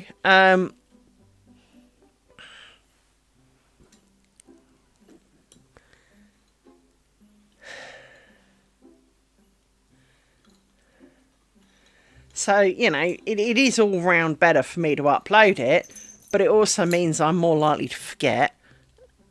And then, of course, I've got to set a thumbnail on it.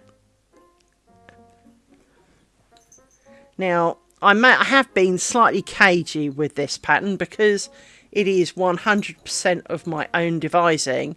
I am a little bit more cagey about showing it because I know that there are people who would copy it. And even from this, they would go, oh, I know how to make that, and go off and copy it. And it's not the manners thing. In fact, someone got called out recently on YouTube for on a Facebook group for watching a YouTube video, so such as this will be, and copying the pattern and pointing out, but that's a copyright pattern, that's their pattern, you can't just copy it. And the person who did it kind of didn't realise.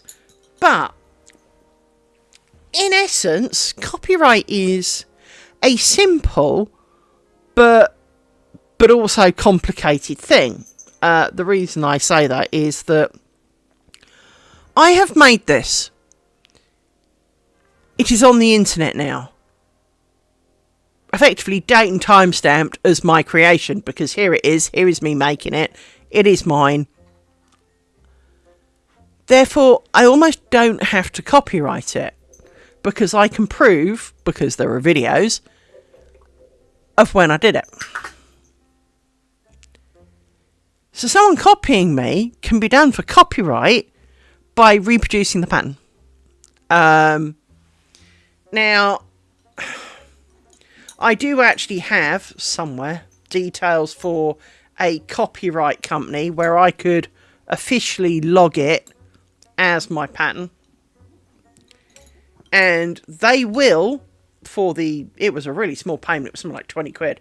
But for lifetime, you know, I can store as much as I want up there.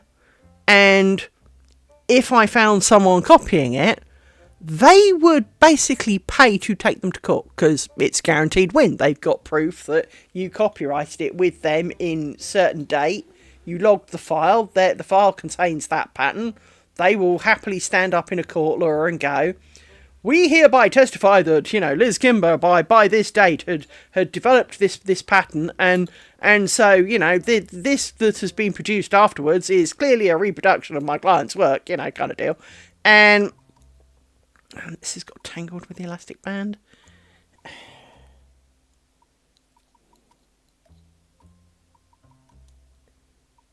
Hang on.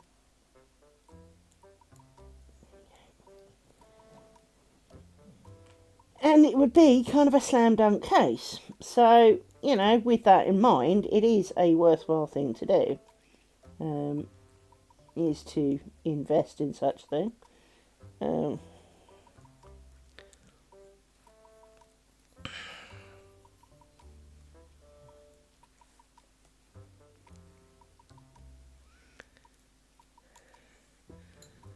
For it is in your own purposes to do so.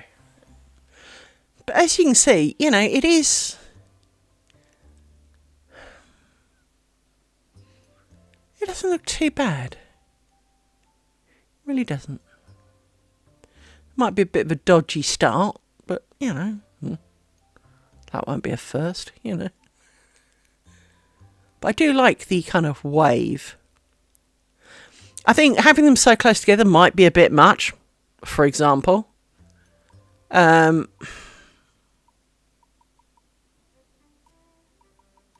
I do quite like the idea of...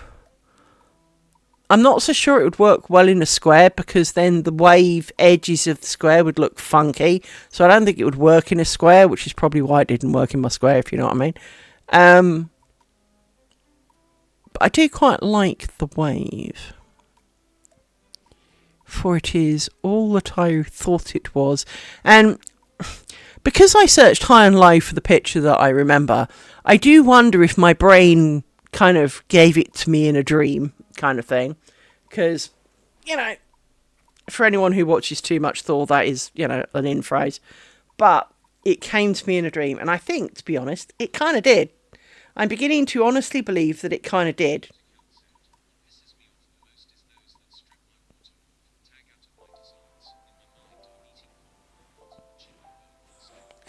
Well, and this is the thing. While, for example, you might be able to prove that you made your thing, you've got, a blog thing where you have watermarked picture of you inventing it and making it and all the rest of it.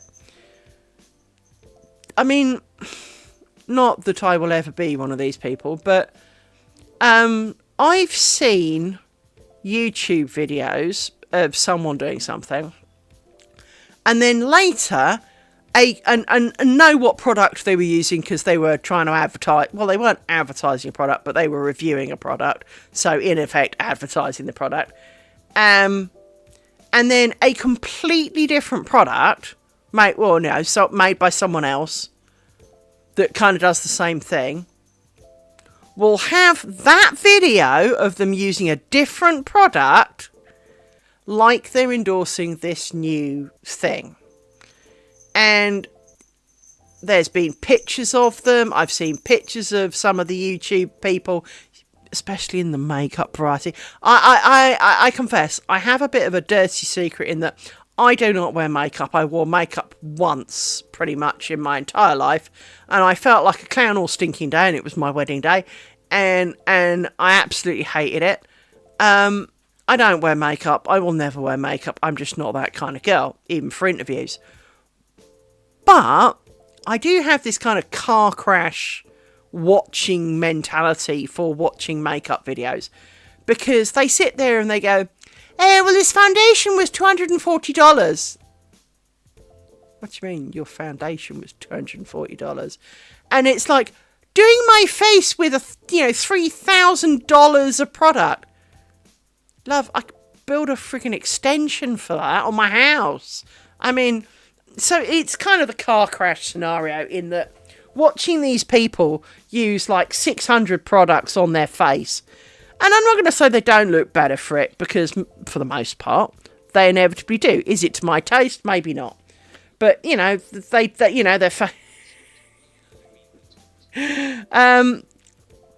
but it, I do watch them kind of going, okay, so your face looks more even colour, and you've clearly got, eyeshadow on, but you just put like 32 shades of eyeshadow. We can only really see 2, right? You're sitting there and they do all these things, and you're sitting there, it's a bit like my ex-husband, bless his soul, and I don't disagree with him on this. The women who pluck all their eyebrows out and then spend half an hour drawing them back on again. What in the name of Sam Hill is that all about? What the actual? And he's got a bit of fixation about drawing in eyebrows. But to be honest, he's not wrong. He is not wrong. They look weird. And it is. It's just this kind of... You've just spent 2 hours drawing eyebrows on and putting shit on your eye for this, quote, natural makeup look. Darling, you don't look natural. It's like there's a tag here in the UK on adverts for Maybelline. Maybe she's born with it. Maybe it's Maybelline. And no makeup is natural, right? But about early 90s, I think it was, maybe mid 90s, there was an advert for some hair dye. I've never dyed my hair either. I am rather boring. I don't wear jewellery. I don't do makeup. I don't dye my hair. I don't really get my hair cut. So, it's not that my appearance doesn't matter. Well, it doesn't matter when I'm sitting at home like this, because no bugger can see me. So I could be naked for all you know. I'm not. I've got my jumper on. Look, jumper. I am not. I am fully clothed. But whether I was wearing pyjamas or a ball gown, you would never know, right? But when you've got these people who spend hours plucking this and, putting on 58 shades of that and, 19 layers. So, the prep work. Now, as we know, for lace making, prep work really is a bit of a bane. You've watched me. It is kind of, arduous, really. But when you watch them doing their face, so, they run through their face care routine, and you're sitting there going, darling, you've used more products to what? Shut the heck up. Shut up. Or just... There are days like this I could drive them into the woods and walk away. Amy, will you stop? 1, 2, 3, 4, 5, 6, 7. Anyway. They sit there and they wash their face with this, they wash their face with that, they wash their face with this, they wash their face with that. They wipe their face with something, they do this to their face with something. Then they moisturise their face, then they tone their face, they tone the face and moisturise it, whichever freaking way around it is. They then put this on it, they then put that serum on it, they then put... And you're going... And then, of course, they go, oh, well, of course... You have to wash your makeup brushes, otherwise you get acne. No, love, you get acne from the 50,000 tonnes of product smothering the hell out of your face and suffocating it and filling all your pores. Because, of course, God forbid that their face has pores, so they fill their pores with makeup and then wonder why they get spots. And you're kind of going, look, there's why you have, mate. That's why you have spots, darling, not... So yes, I have this kind of car crash TV with makeup videos because it's frankly almost something I don't understand. Well, I do understand it, but I don't see why you get these, no offence to all the women who do this, I do not understand you. Why you get these people who, to go swimming will have to put on a face of makeup. You're going swimming. You really think that when I've taken my glasses off and I'm going swimming, I can even see your face? I mean, you've made a really huge presumption that someone's looking, right? And, unless you're some form of page 3 model and the paparazzi are there, no one's going to be taking photos. You do not need a face full of makeup to go swimming. Then, of course, you get the women who can't swim properly because, well, they don't want to get their hair wet. Well, then don't go swimming. It's kind of full of water. So, you almost want to accidentally jump in on top of them and get them wet for the privilege. Oops, my bad, right?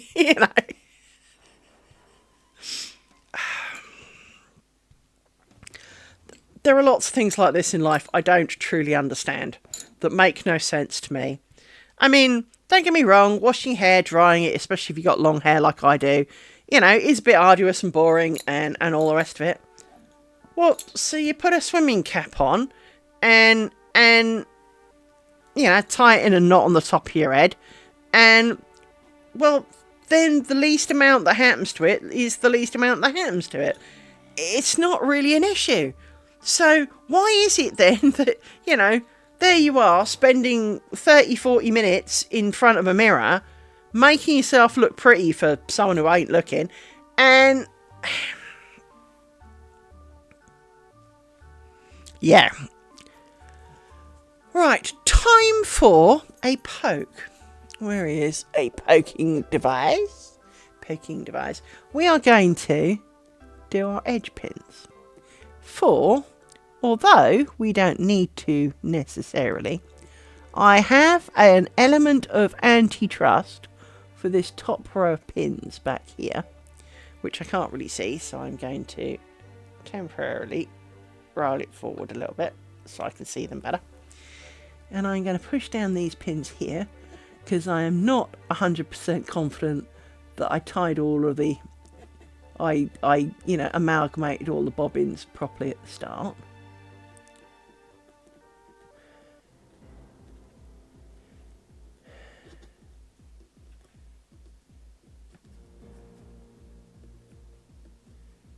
Now, much like many of the others, I could leave all the pins in till the end and then try and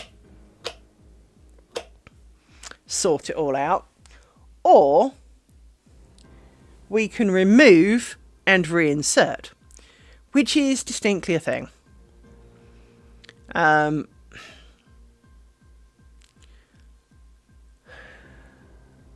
But if I zoom back a little bit, what do you reckon?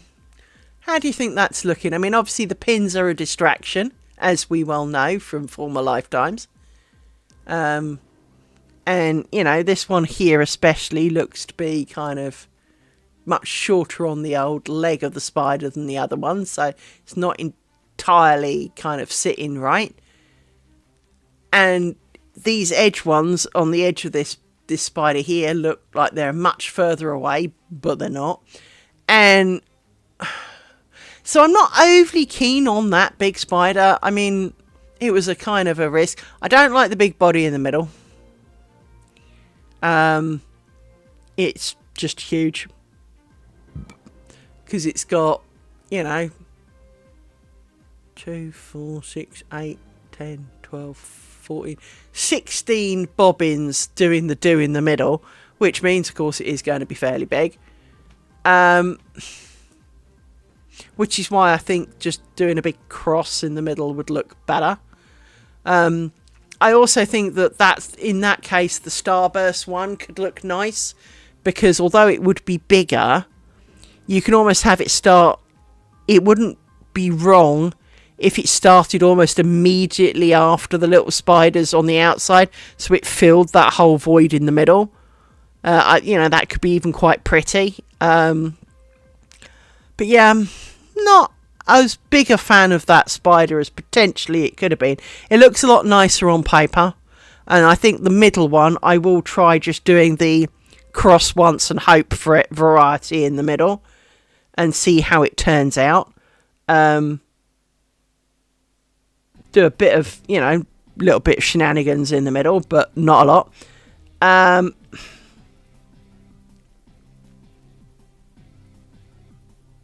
Yeah.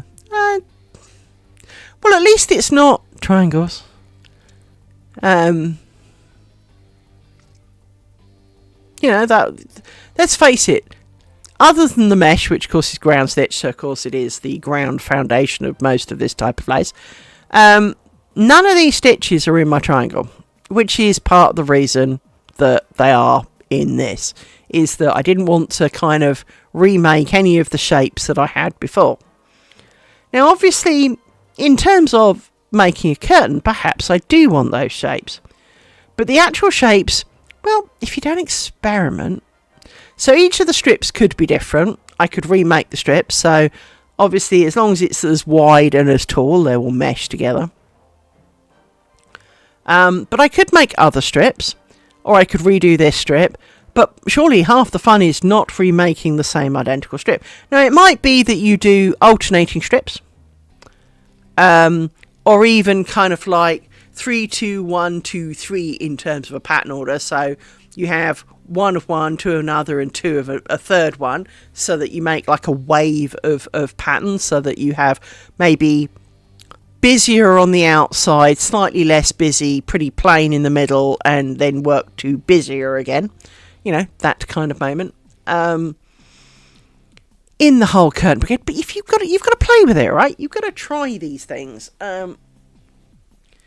For that is the point of an experiment, is it not? 1. Let's take these. 2 and 3. Let's take 3 of you. Put you back on the pile.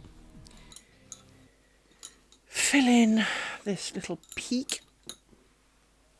And start stealing some pins from the back. Now, obviously, I've got to be careful when it comes to the big spider because, well, there's not a lot of pins in the big spider. And so stealing pins for the big spider, from the big spider, you know, realistically there's only the one in the middle. Therefore, you know, it's not going to cover very far further down. So I probably will actually end up adding a few more things. There is no absolute level of minimum pin variety. Why does that look like a pin I should have pushed down? So does that. That looks like a pin. Let me turn this round. Hang on. Turn this round and have a look from this side to make sure I got enough of all the pins that I wanted. No, you see, you were supposed to be down. It's not my imagination. Actually, no, you weren't. You are the next row down. Oh well, you can stay though. One won't hurt. Right. I have got all of my edge pins, so that's a good thing. Let's put this back where it was. About there. So let's fill in this gap. But I can nick these with confidence now. Because as we know, nicking pins from former work is quicker than getting them out of the pot. So this is a bonus. But there is no hard and fast rule of how many pins you should have between the end and, you know, of how many rows of pins you should have, kind of. And you're not right, because you should be like that. There you go. Then you come over here like that.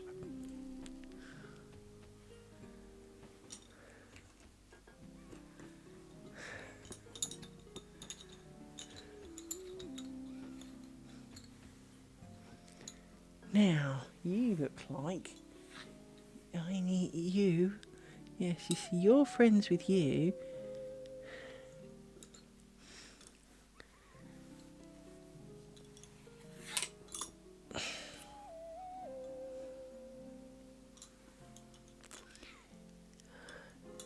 You are, so you are supposed to be crossed like that.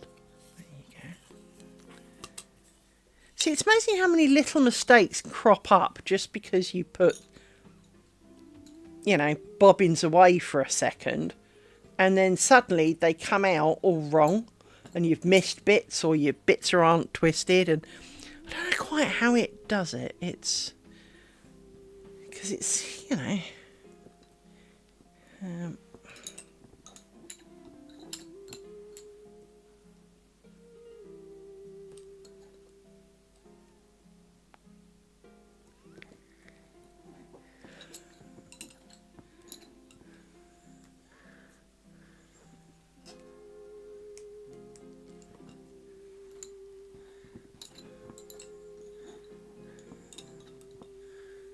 Still some of this corner.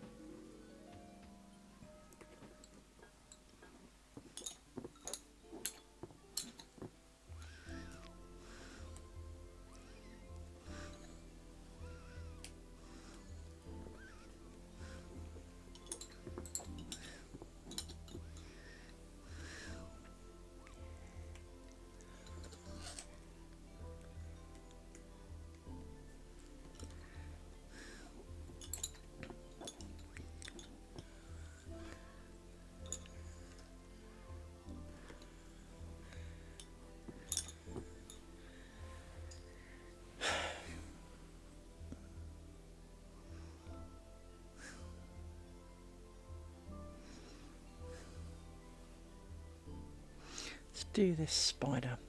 1, 2, 3, 4, 5, 6, 7. It's a nice, easy spot to draw you together for. And you go back over here. You now slide round this. And we want one of you. 1, 2, and we need one more of you. Yeah. So we need to put 3 twists on you. 1, 2, 3. 1, 2, 3. And then we do the thing.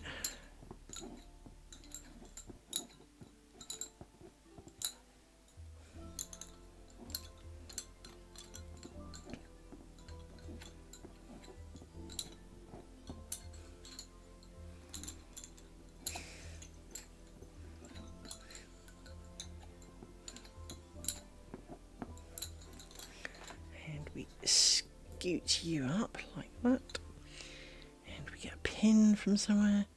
El Rando pin.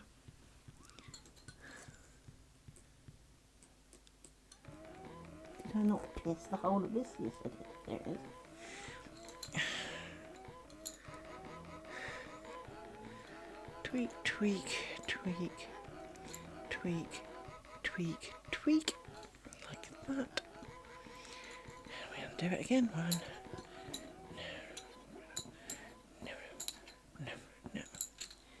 Like that. Tuck you over there for a minute. And then we do.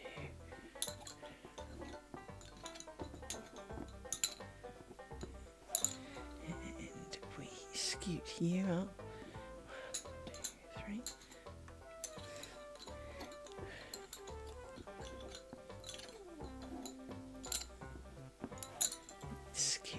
You up. 1, 2, 3. And then we do 1, 2, 3. 1, 2, 3. And then we take you and we go down the side.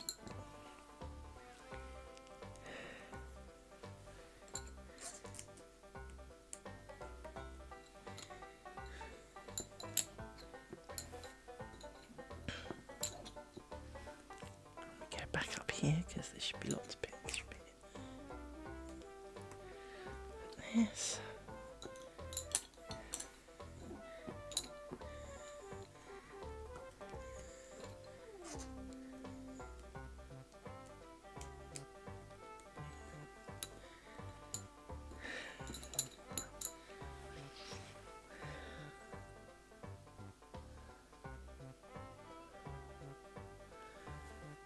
And you all sit over there. Now that looks like most of her. 1, 2, 3, 4. 1, 2, 3, 4, 5, 6. Slightly annoying, but we'll put you in a stick to hold you still for a minute. Just because then you're not on the pillow work base and you're out of the way. And I'll try and wrap you around the pin like that. Which means you 3. And 3 of you. 1, 2, 3. 1, 2, 3. 1, 2, 3.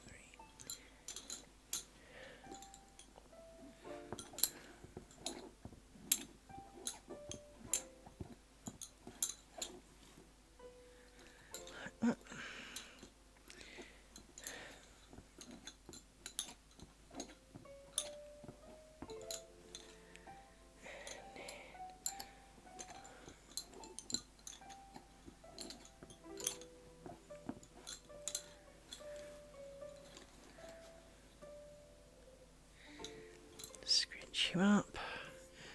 Find a pin. Find the hole.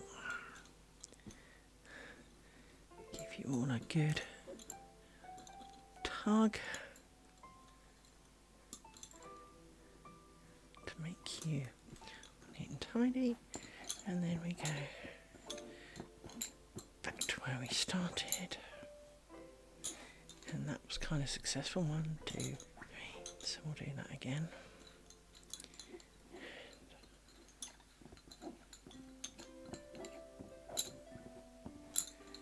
Scooch. 1, 2, 3.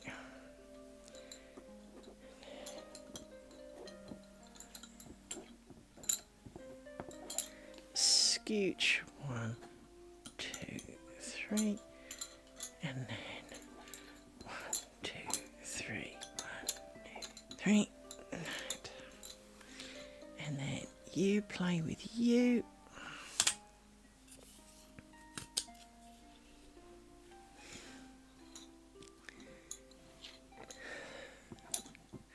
Not you for a minute.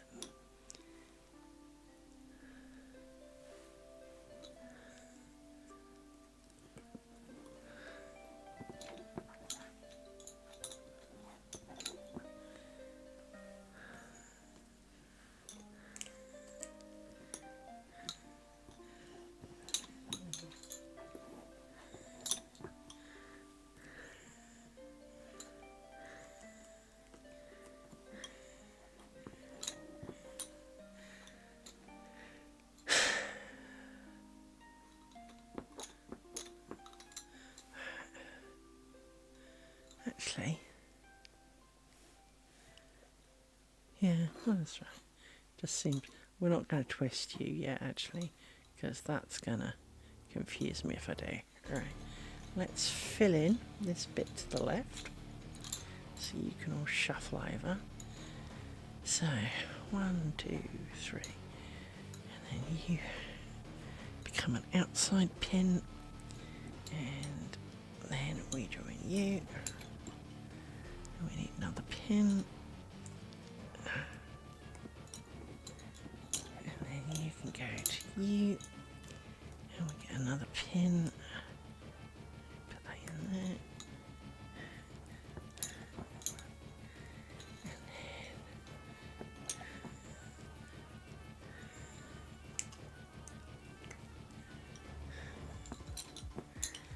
then like that.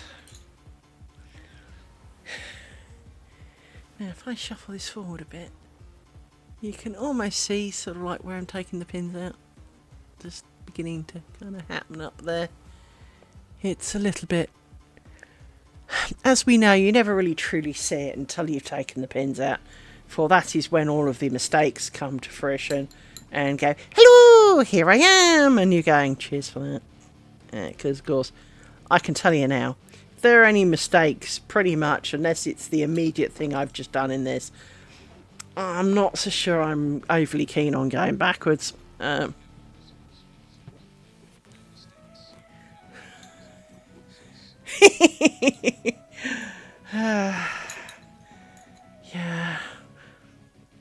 I think, to be honest, as you say, this is going to be one of those times when, as you say, it's the... No, there is no mistake. I meant that, even if it's a great big stinking hole that falls apart. It's, you know, it's the I am not gonna go backwards on this one, you know. No, I don't need to do that. Not yet. Actually, yes, I do.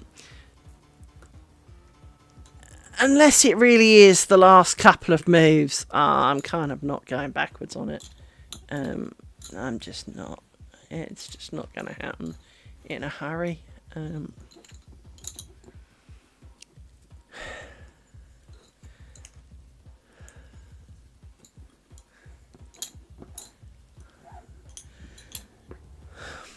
This is the only problem with trying to work a strip, because generically in lace working you make diagonal lines.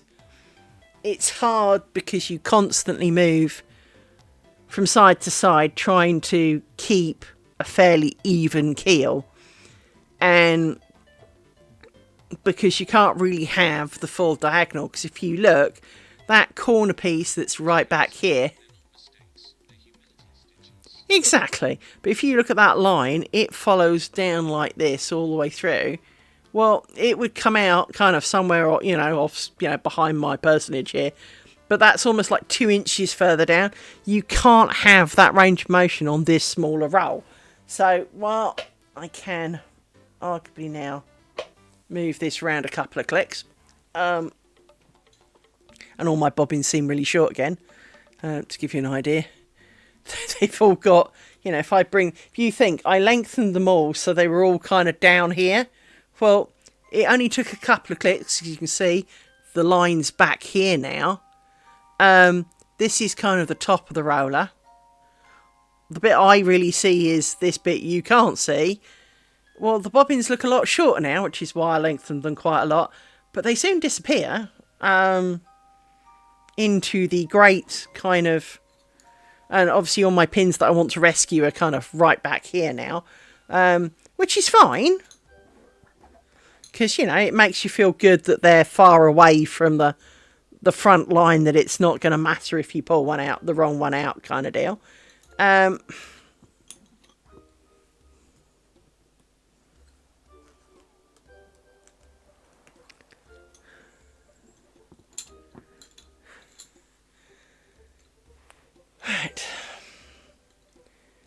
Now, I think we need to stick 1, 2, 3, 4, 5, 6, 7.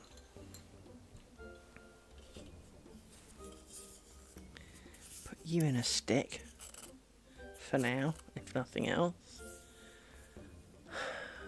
Although, yeah, I need to do a bit more of these before I come back and do this spider. Speaking of spiders, why the hell is there an ant running over my hand? Thank you. Not anymore, there isn't. I need to have worked these bits down to here before I can complete this spider, so that's going to take a couple of minutes. So we'll put these out of the way so they're not in the way, if nothing else. Over there. You are part of that.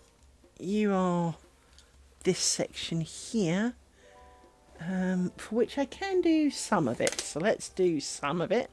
Because, well, you have to do the highest points. So, let's do some of this. Reach back for a random pin.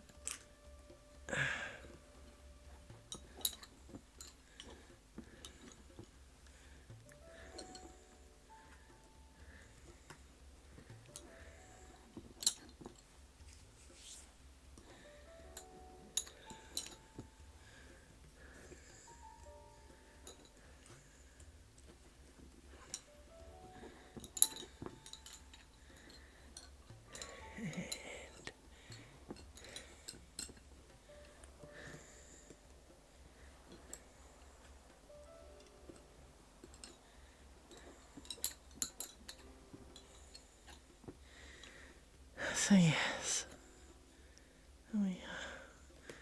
we have made progress. We're doing pretty well, actually. What time is it? It's nearly 10 o'clock.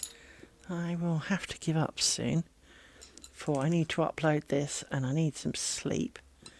And for I have work battles in the morning. It's like going to war. I have battles in the morning. For it is my last day before I take a week off, and we all know that, you know, you check that everything's good because we've got patching at the weekend, so I'll check that everything's good. I've got a couple of servers I need to bounce, or at least I think, well, they need to be bounced. I may need to say to the guys, you need to bounce them on patch day. But no one's noticed that their production servers have hung. Does this not suggest that they're really not the most used servers in the world? Whatevs, you know. But they've been hung for all of this week. And possibly some of last week. No, seriously, I mean proper hung. And not one person's noticed. I mean, I've noticed. But, you know, like everything, if you don't care about it, I can not care about it. If it's not bothering you that it's dead, it doesn't bother me if it's dead, you know. See, again, there's a pin here. Oh no, it has got threads on it. They're just tiny and trying to disappear. It's right, that ant's made me itch. Because it started running over my hand, I feel like I'm covered in ants now. And as I generally have an itchy back, as you're aware, I'm pretty sure I've got a bit of a rash on my back, but I don't know what from, because, well, I can't see it. And I can't be bothered to go to the doctor. And, I mean, there are some kind of... I think it's my eczema. I think I've just got a bout of eczema kind of on my back, and it's itchy, and I shouldn't scratch it, but I do because, well, it itches, and it itches a lot, and it gets aggravated by bra straps because, of course, well, everything's fucking aggravated by bra straps, frankly, including the people wearing them. But for those who wear bra straps, they will be nodding in agreement. They may do the world of good to your figure, and but sometimes you just want to, there is a reason why burning bras and things was a thing, right? There is a reason.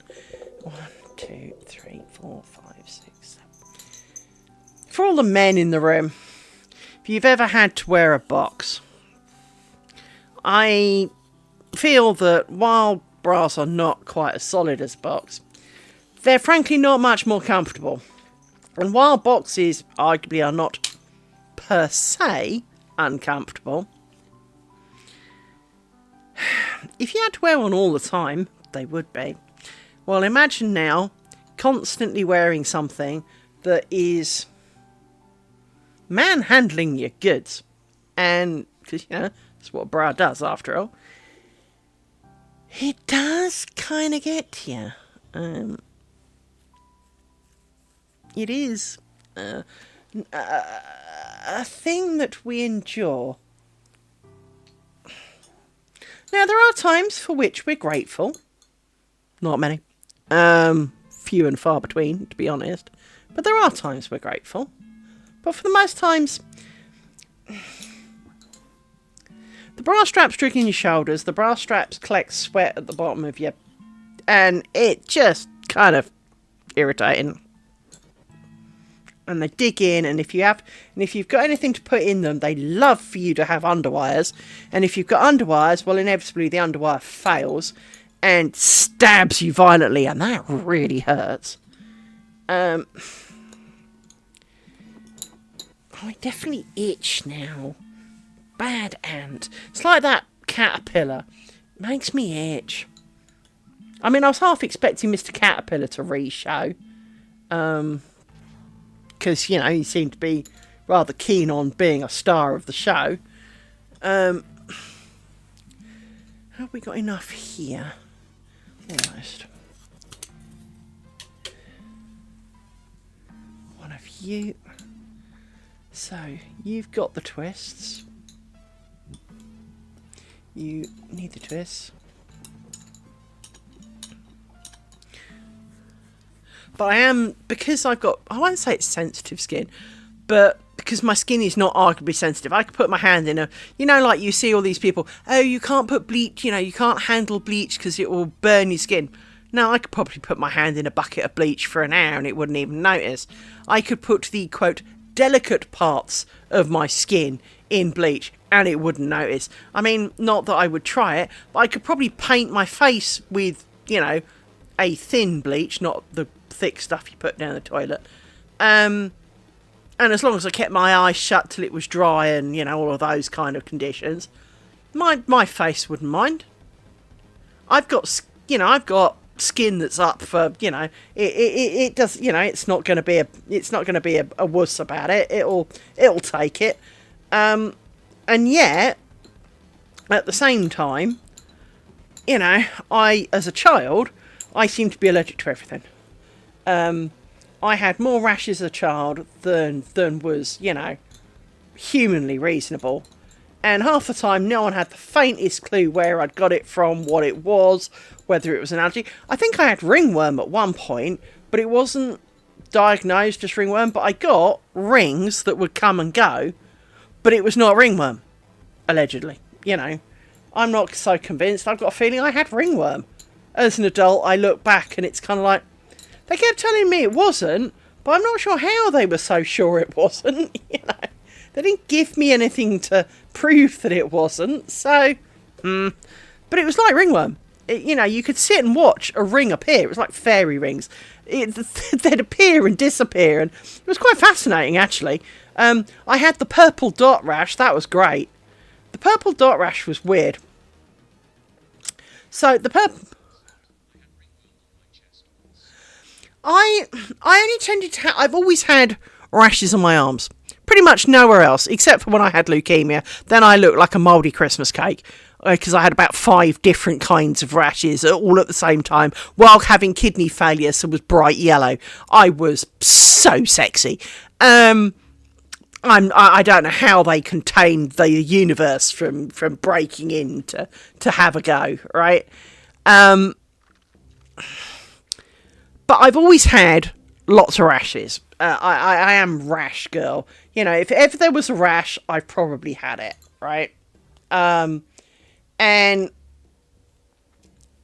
the purple dot rash was literally that. You know, I would look at an arm and you could see my arm, so it was like this. I could go like that, so that was really light, and eventually, after about 2 or 3 minutes, a small purple, and it was proper deep purple, dot would appear, and then the purple dot would itch like a motherfucker. And so, of course, then you wanted to scratch it. Well, of course, in scratching it, you'd inevitably scratch further than just the dot, which would make more dots. Yeah. But I didn't have any dots to start with until, I know, I brushed quite hard into something, or, you know, I'd had some clothing that had been rubbing, and then I had some dots. Well, then I scratched them and more dots, and then I scratched them and more dots. We don't know what they were. I used to do bell ringing, as in church bell ringing, and I remember I had to have someone standing behind me slapping me, you know, in the days when, you know, slapping was slightly more socially acceptable. But I had someone, an adult, bear in mind I was 13, 14.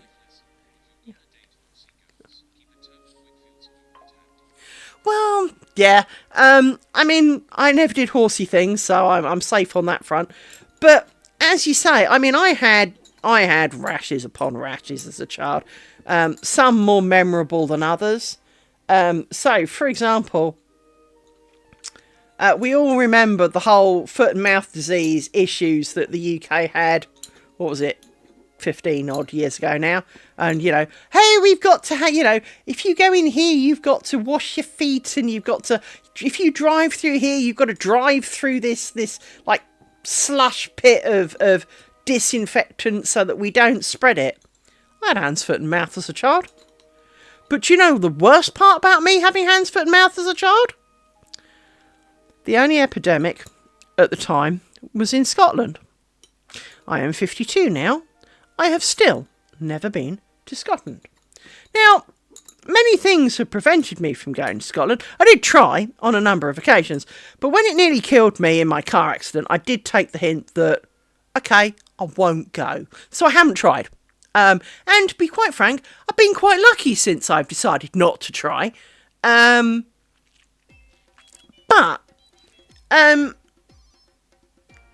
I started an epidemic down in London. I was patient zero. No one knows where I got it from, because no one we knew had it. Well, how can we not? And there were countless piles of animals being burnt left, right and centre. It was a hideous time. I had hands, foot and mouth as a child. And I can tell you now, all I really remember is itching. Now, it is called hands, foot and mouth for a reason. You get blisters on your feet, blisters on the palms of your hands, and you may be aware that there is a small dot in the middle of this hand. No one knows what that is, and it's not that. But you get blisters on your hands and ulcers in your mouth. Very unpleasant as a child, because ulcers are unpleasant at the best of times. What they don't tell you is you get blisters on your bottom. For it is not called hands, foot, mouth and bottom, is it not? No, it's called hands, foot and mouth. And obviously the animal version is foot and mouth. Well, no, Liz gets the bottom. Liz got the bottom. Now that as a child is deeply distressing, because you can't, can't you sit still? No, I can't. No, I effing can't. For I have, because of course, I had ulcers on I had blisters stroke ulcers on my bottom. Thanks for that. However, in terms of diseases, you don't feel ill. You're highly contagious, but you don't feel ill. And So, my mother, bless her, took me on many long and interesting walks, and we went places to the woods, and I saw a stoat, as I recall, the only time I've ever seen a stoat in the wild.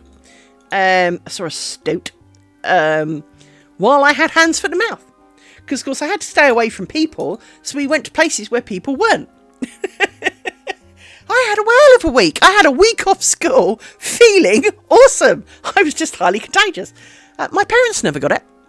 We don't know quite how, but I gave it to 5 other children at the school, who in turn gave it to their siblings, who in turn gave it to, you understand, but I was patient zero.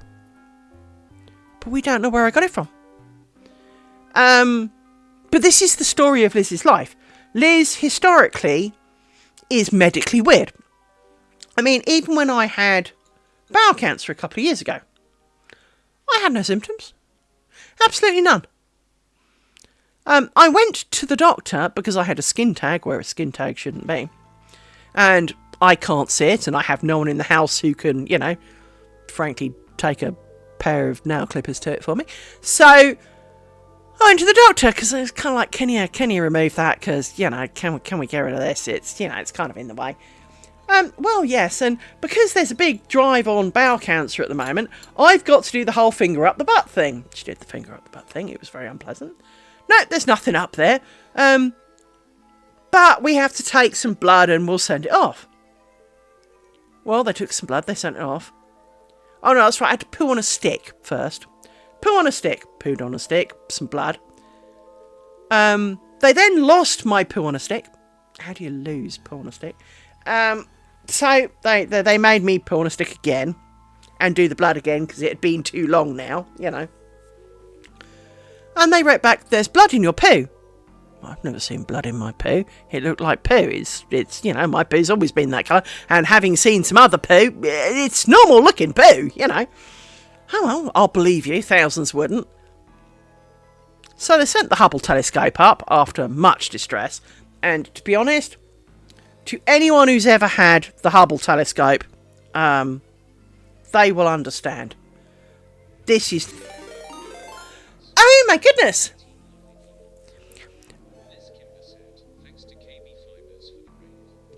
Oh my... Wow.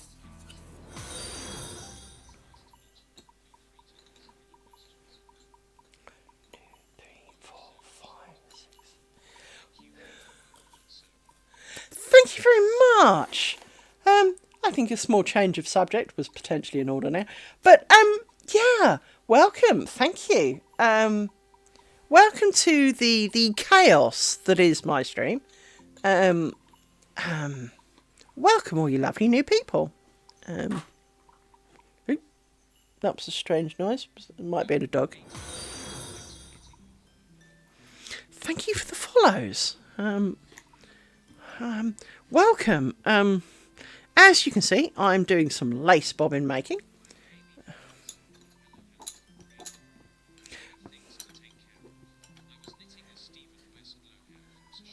Oh, I've seen this. I like his knitting patterns.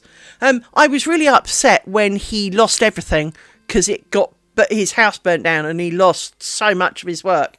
And obviously, so much of the work he'd not published yet. I did feel very sorry for him when that happened. But thank you so much for the raid. Thank you. Utterly embarrassed now. So for those who don't know, this is lace bobbin making. The pattern I am making is one of my own devisings. The reason it is an experiment is that I have been making squares. Let me demonstrate said square. Hang on one moment. I need to do a click and that. So this is the square that I've been making, and I've made 7 of these. They take about a month each. It's kind of a process. And they're made in triangles, so there are 4 triangles a square. Now, in making squares, obviously the squares have straight edges. And when I join them together, it's going to look like I joined squared things together. Now, I am not necessarily upset at that idea. I knew that at the very, very start, before I designed the square. Well, I had a base square pattern that I bought, and then I altered it to my own devisings. But there is this inner want that I have now. But I'm not even halfway through. I've made 7 out of 18 squares.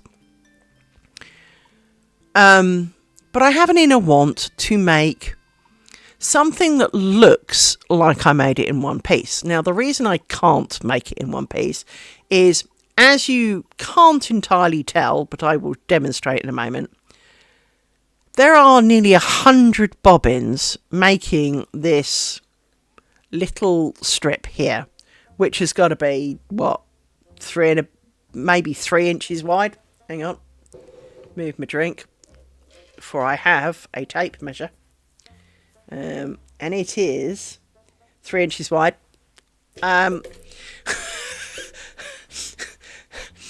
It's slightly smaller than the floppy disk, so it's probably 3 inches wide. But it's only 3 inches. Multiply it up to a window. No. This many bobbins is giving me stress because there really isn't the room. I mean, I know you can't quite see all of my pillow, but if I slide from side to side, there's one edge. Here's the other edge. There is not room for 10 times the number of bobbins that I've currently got, right? There's not really enough room for the bobbins that I've got, let alone 10 times the number of bobbins that I've got. Now, they make smaller bobbins. I hate them, but they make smaller bobbins. But that doesn't really help. They make bigger, fat bobbins. That would certainly not help. It is a challenge. And so, rather than try and make it in one piece with the world's biggest bobbin, the world's biggest pillow, and, try and make it in one piece. Now, there are women who do, respect to them. There are some pictures that could make grown men, that if you've ever made lace and you've had the slight bobbing and anxiety that I do, the pictures alone could make you cry, because there are literally, you can work out, there are thousands of bobbins on there, because you can only see some of the bobbins. Thank you for the follow. So, with all of that in mind, I can't bring myself to make it in one piece. Now, years upon years ago, when lace making was a recognised kind of profession that was, I won't say common, but certainly a recognised, people might have known someone locally who did it as a profession. Whereas today, that's not really a thing. That doesn't feel right. That feels a little bit too... Sorry, just kind of brain farting in the middle there. So we don't really have professional lace makers anymore. We do, because obviously, royal trains are done by handmade and not usually done by machine. But at the same time, you don't exactly get many royal weddings, so, But there are professional lace makers, but, chances are none of you know one. Because, well, it's just not really the thing anymore. Now, it's not that there aren't plenty of bobbin lace makers. There are the world over. And there are as many types of bobbin lace as there are places that with people in it that do it. But, back in the day, everyone has heard of Chantilly lace, for it is the height of the Belgian stroke French, I forget which, lace making era, and they used to make beautiful shawls. I'm not a shawl wearer, but even I can go, that's beautiful. I wouldn't wear it, but it's beautiful, right? And, well, they didn't do it in one piece. They weren't stupid either. So, I find myself wondering how they did it. Now, there is a lady on YouTube called Elena Kuligi-Lu, or whatever. I probably mispronounced her name terribly. And she does a lot of talk about lace making, and occasionally you see her doing a small amount. And she tells you how she went for a week in France and learned this technique off some, remote French woman, right? Well, that's really nice. But there really aren't many places that explain how to do it. In fact, I really haven't found one. I found one page which has a suggestion, and it was how I thought it might be done. I'm a logical dude. I am female, but I refer to myself as a dude. So, because I work in IT, I'm used to just being one of the lads, right? But I'm a logical dude, and so there are a number of options to joining now that I have imagined in my head. Some involve joining it when it's off the pillow. Some of it join as you go. Some of it make both sides, then do a kind of join in the middle. So a bit like hemming a piece of fabric and then putting the two butts together and joining them, on a sewing machine, equivalent thereof. And so making a small section of joining lace in the middle. And so I need some strips to try joining. And so thus the strip requirement was put into fruition, which is where we're at. This strip purely is being made so that I can join it to other strips. Now, I haven't made any other strips. This is the first strip I am making. And I have design-edited the pattern, so it is 100% all me on this occasion. It's not based upon anything else.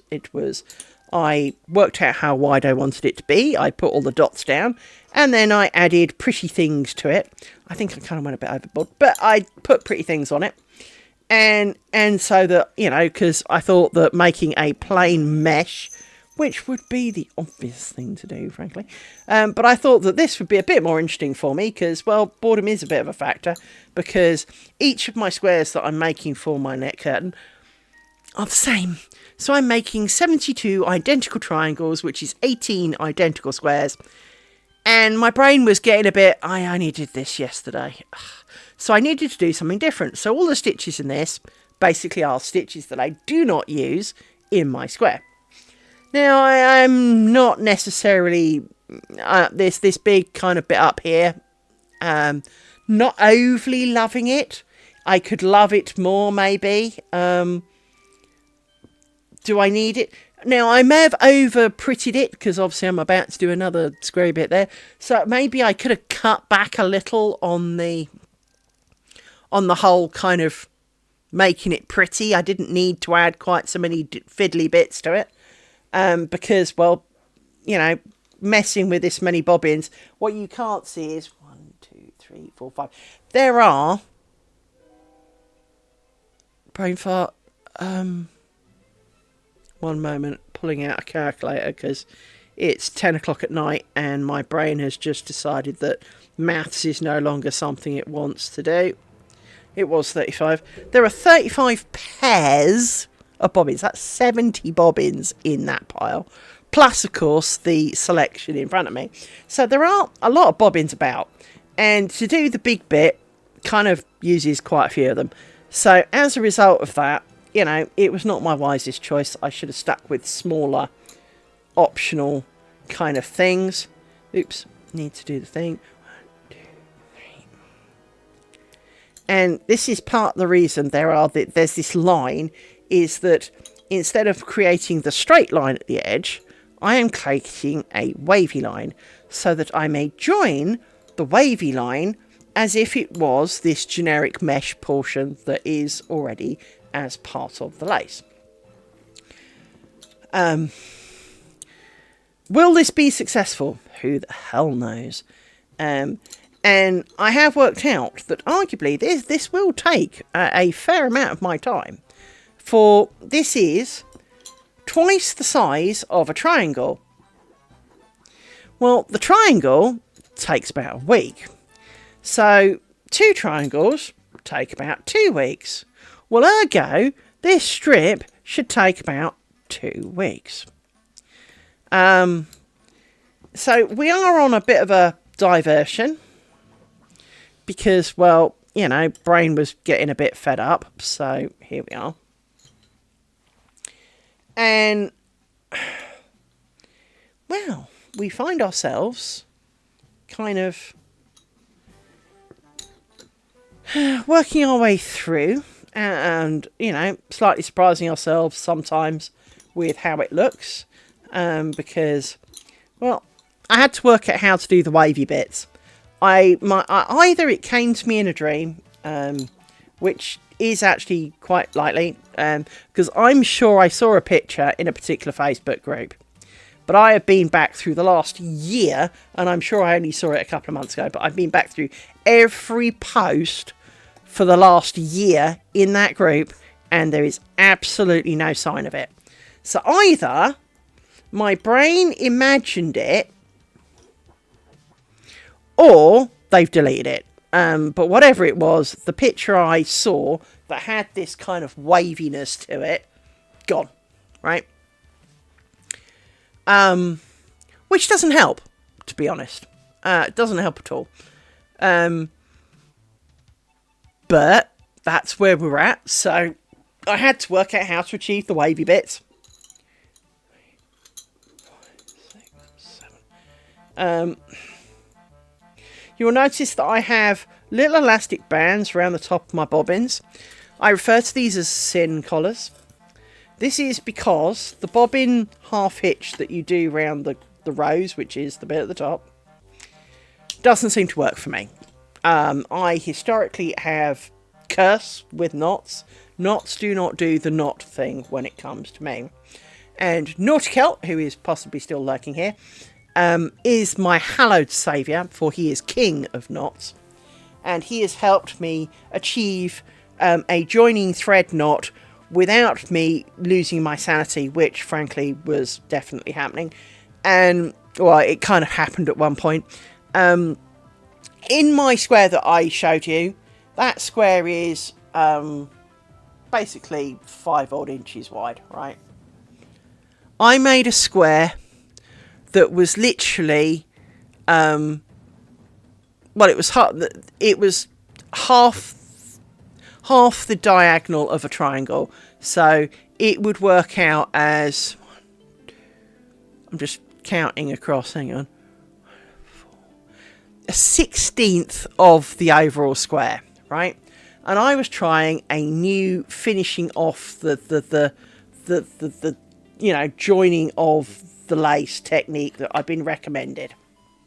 And I will say it was better. But that tiny bit that was barely wasn't even really an inch in from end to end, took me 4.5 hours. I ended up sitting on the floor, crying and howling with laughter like a truly insane, deranged person. And I really was sectionable. You know, if the right people had kind of come along and asked the right questions, they'd have put me away on the spot. For I lost it. I absolutely lost it. And I only did half the wretched little square. So I did like a 32th of... and it was like... And I lost my marbles in that time. And so that's not a thing. I mean, if I was presenting it to the king, it would need to be a thing. When it's going in my upstairs window that only I'm going to see, it's not a thing. And that's fine. You know, shit happens. So here I am. I'm making up my thing. I'm going to practice joining, so I need a number of strips. Will they be all the same? Almost certainly not. But this is strip number 1. I may repeat it so that I can alternate it with other things. But we shall see when we get to the bottom what I actually think of it. If I really like it, there'll be more of it. If I don't overly like it, there'll be other things. And, you know, we're experimenting in the strip variety. Now, this is not the longest strip, for it is only on an A4 sheet of paper. But I needed a strip that was long enough that I can't really frig the tensioning. Because if I'd made a couple of inches, well, you can kind of hide a lot. You know, tension issues are not really going to show necessarily so much in a couple of inches. So here we are. But The biggest problem I have is that my number of bobbins does not divide by in pairs by 7. So there are 14 bobbins on a stick. And, well,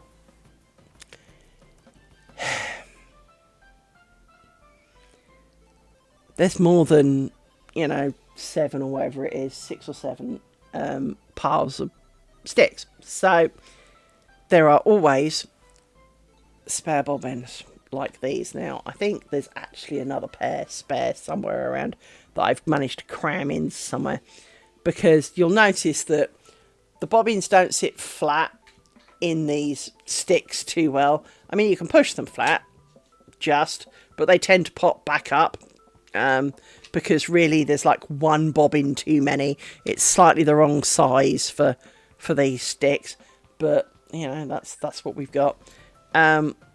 But like here, I've got 2 pairs here, and I want to use bobbins from over there, so I need to take 4 out on this side, slide these over and put these in here. And I actually need to make you slightly longer because you're a bit short.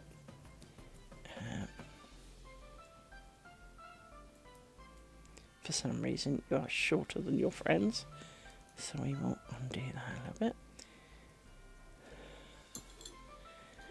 And you. So the seam collars stop them unravelling. The little elastic bands are orthodontic elastic bands.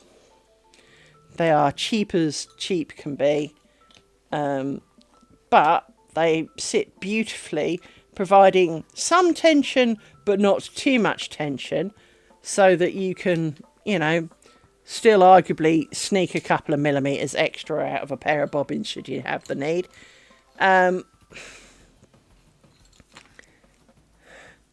Threads love to wrap around pins. It's kind of their raison d'etre, really. So yes, if you have any questions and you're still here, you are always free to ask questions. I talk a lot of crap while I'm doing this, by the way, just to let you know. Because, well, why not? Mind wanders.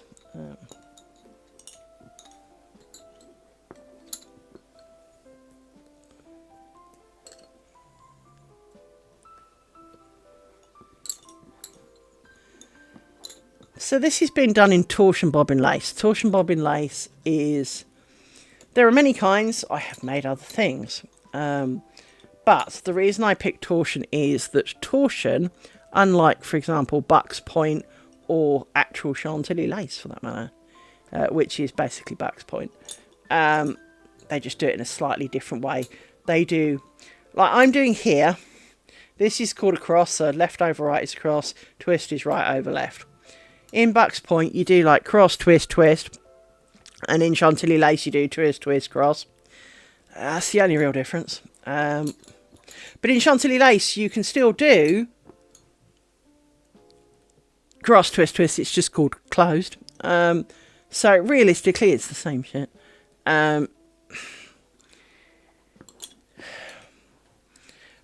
the reason I'm doing torsion is Bucks Point stretches. It's kind of stretchy, and you don't really want a let curtain stretchy. To be honest, I wouldn't really... It makes it great for, clothing edges, that kind of thing. But in my mind, as someone who would never wear lace in a month of Sundays, it is not something that calls to me, although it is very pretty. It is utterly pretty. And in a way, I would prefer to use it, but because it is stretchy, it would not suit my needs. Torsion, because the ground stitch is what it is, so this is the ground stitch, you do cross and twist. So if you think these are these 2 bobbins, I haven't got my coloured... Let me do this, hang on. You grab my sin collars. I've got a little pot of sin collars, right? If I grab 2 sin collars and I place them on my left-hand bobbins, you will see what happens. So if I put these on the bottoms, because I don't really need them anywhere else, right? Just for identification purposes, and I move these out the way because it's only 4. You do cross and twist, and you put a pin in. Because, well, that's just a thing, right? And then you cover your pin with cross and twist. Well, you'll notice that the ones that were on the left are now on the right.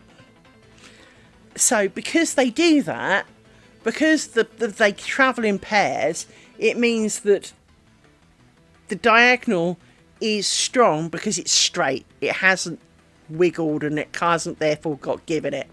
So, torsion lace is, I won't say stronger, but it doesn't stretch. Which is, of course, what I need from a net curtain. So hence torsion it is. Now, there are other laces like Milanese and Adra, which are basically all the same thing. Which is where you do wiggly lines and kind of occasionally connect them up with little kind of loopy bits that kind of connect over and go, hey, you're my friend, I'll hold your hand, right? This looks very pretty, doesn't require a lot of bobbins, has a lot of potential. But then you need to design a wiggle that is a tessellating wiggly pattern that you can repeat kind of for the duration, or design one monster huge kind of wiggle so that you have one wiggle per window kind of thing. And well, then you've got to get it printed out, and then you've got to prick it all, and you've got to have wield this monster, kind of effort. And it's not really a thing. Not for me, anyway. And so I find myself going, much as that could look very nice, there would be a lot more hole and this kind of like snag. For some reason, and I need to point it out, partly because of these wiggly lines, and, they are waves, but it also kind of looks, I still haven't worked out where it's from, but I found the clip, I'm a snake, I'm a slithery snake, and I found the clip earlier on, and it does sound exactly like that, but I don't know where it's from, but that's all I can think about, because that's what they look a bit like. It looks like a slithery snake, which is fine, that's cool. We can do slithery snakes. Slithery snakes are a thing. Hang on, 1, 2, 3, 4, 5, 6, 7. Put you in a stick so that you can be out of the way and make space. But if I do this and I kind of lay out more of my bobbins, so there's 4 which I will tuck under here for good reason so they don't run away. And then I will kind of... You can see I've got a lot of bobbins, right? And there really isn't room for this many bobbins and for you to work. And so hence I pile them up at the edges because, well... And I'm only making 3 inches, people. This is the bobbins for 3 inches. Imagine I was making 30 inches. Just let's not picture that in a hurry. I do have enough bobbins to do it, but let's not, my brain can't, my brain is not strong enough in willpower to handle that many bobbins at this time. I'm sure with time I will get more used to handling my bobbins in quantity, but until then, it's not really a thing. And I just can't picture having like 900 bobbins all trying to mate with the pins and the dog knocking it over and tangling them all. I just let's... Because the dogs have done that. Now, they haven't done it for a while, so they're probably due one. But it's just kind of scary. So let's work you down a bit. So where are we? Here. So I am kind of working my way through. I did do a little video, which you can see on YouTube, which is how do I know where to work? Well, the short answer is where there is a peak, you can do a work. You can only work any pin for which you have both parent bobbins, and for any dot. So if I pick this... Hang on, let me part the waves. and grab a couple of pin. If I put, let me get a bobble pin actually. Let me get my bobble pin connection, because then you can see more clearly without me zooming much further in on the dots. So if I put this purple pin in, a dot, there, right like that. Before I can work that purple pin, I must have this pink parent pin completed and this pink parent pin completed. And they're 45 degrees. I know it doesn't overly look like it, but that's because it's really hard to put pins in dead straight. So you have to have, and if I zoom in a little bit, you might be able to see, hang on, we have the power to zoom, do not worry. Let me zoom, go up a little bit, and across a little bit. So you have to have done the 2 diagonal pins before you can do the one below it in the middle. Now, that's fine. You know, it's really not bad. But obviously this then dictates what pins you can and can't work. You can't just decide, you know, I can't just decide to work this pin. I haven't done it. But I can work, you know, this pin up here. I can work this pin here. I can do some of this spider because I've got some of the edgy bits done. So, you know, when you look at it, sometimes there are choices. Sometimes there are not really choices. For you have to work with what's available. And so, for example, I can't start this 4 square spider, even though I've done most of the edging down the left here. Not all of it, but most of the edging down the left. I can't start it because I haven't done the ones on the right. And I need the ones on the right because there's 2 pair, you can't really see through all the threads because nor can I, but there's 3 pairs coming in there, 3 pairs coming in there, and they meet at a dot in the middle. So I need 3 pairs on each side done before I can do that first dot. Then there's 3 more, so I need 3 more on the right, 3 more on the left. So I must have, arguably, to do the whole square, 6 on the right, 6 on the left. Then I can do the whole square, because this pin is fed 3 from there, 3 from there, and those 3 each come out. So I can do the whole square with those 6 bobbins. So sometimes you seem to get nowhere fast, and then suddenly you do a load, you complete like 1 more bobbin pair, and suddenly you can do a great chunk in the middle, but basically you fill in the peaks because that's how it works. And you generally work in diagonal lines because, well, it is diagonal. So that's kind of where we're at. So I'm working down this diagonal to get to the point where the pin is the start of this little decorative square, which is called a spider. Well, this is actually a cluster of spiders, but it is a spider all the same. And that's the last pin in that direction.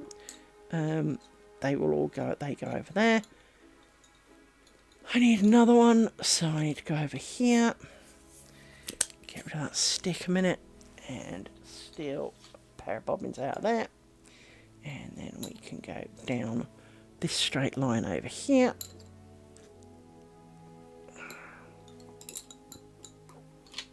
Like that.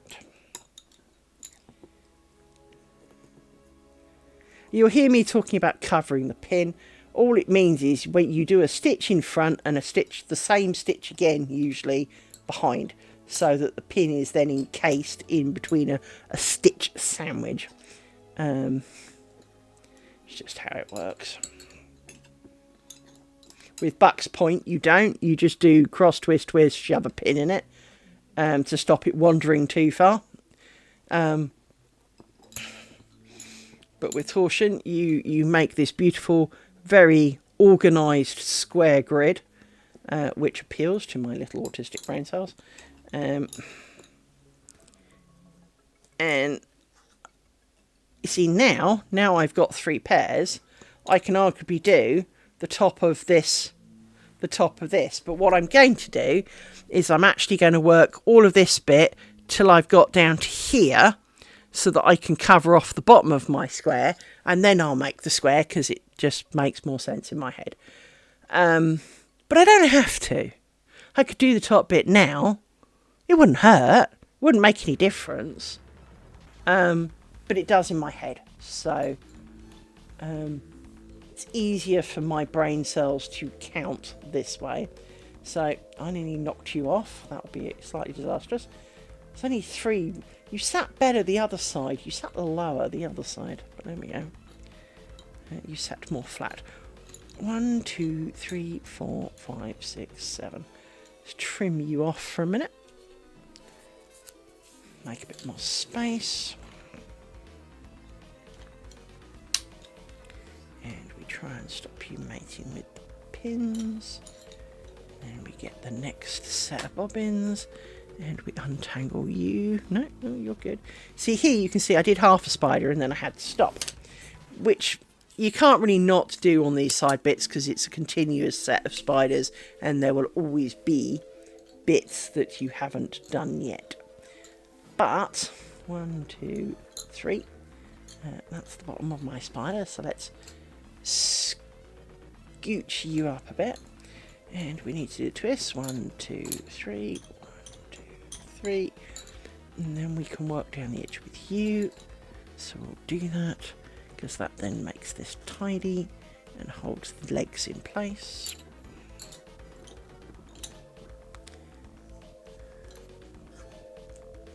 Like this.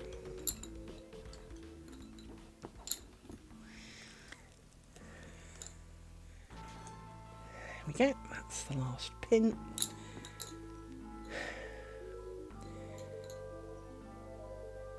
And we will do a bit of the mesh in the middle.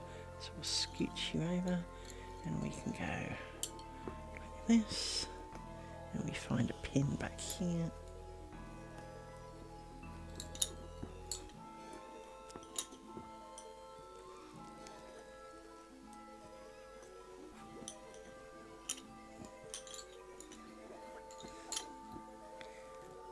Like this, finding pins.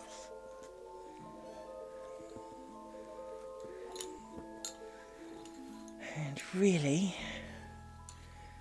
we want a couple more.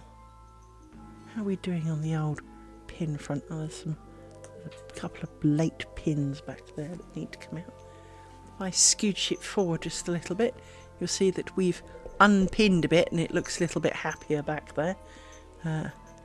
You can't really see a lot. While you can see the pattern and the squares and stuff, you don't really see how it looks until you pull the pins out, and then, and only then, do you actually see the mistakes that you've made in your life and regret your life choices. So, because it's then you discovered you actually hosed it all up all the way back there, and there's no way you're going back that far to fix it, and you hate yourself because, of course, you wanted it to be perfect. So, this is perfectly normal. For all crafters do it. We want our things to be perfect. We recognise that, you know, handmade items can have, you know, uneven tension or, you know, look a little bit less. But that's not what we're striving for. We are striving for something that looks kind of factory made, but that isn't, so that when someone says, "Oh, where did you buy that?" you smugly go, "I didn't buy it. I made it." And they kind of go, "Oh, gasp! I would never have." Go away, flying thing. I would never have thought that you made it. That is what we're all aiming for, because we want it to be perfect, and we want people to go, "Oh, I want one. Where can I buy it?" You can't. What? You know, that kind of moment. Now, obviously, no one's going to see my net curtains, so it's a bit of a mute point. But principles. I still want it to be, you know, stick a photo on the internet and for someone to go, "Hey, where can I buy one?" No, idiot, I made it, you know?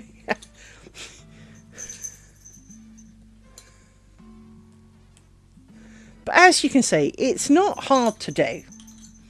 It's harder than it should be to always do it right, but it is technically, what is with all the bugs? You can tell it's warming up because all the bugs are coming out.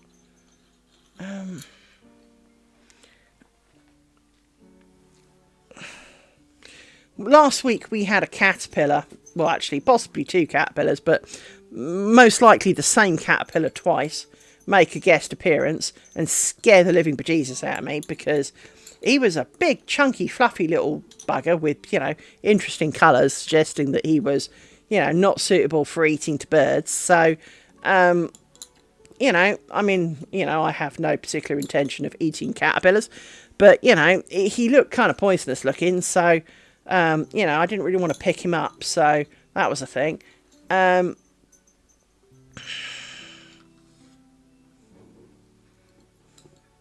Now, I need to be careful, but I want to apply some tension to that. Thank you. Right, like that. And we'll go back and find a pin from the back of Beyond. Like this.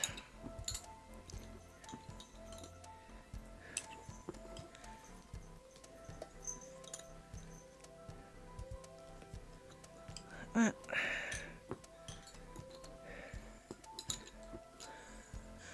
So technically, I have all of these right-hand side bobbins to make my square.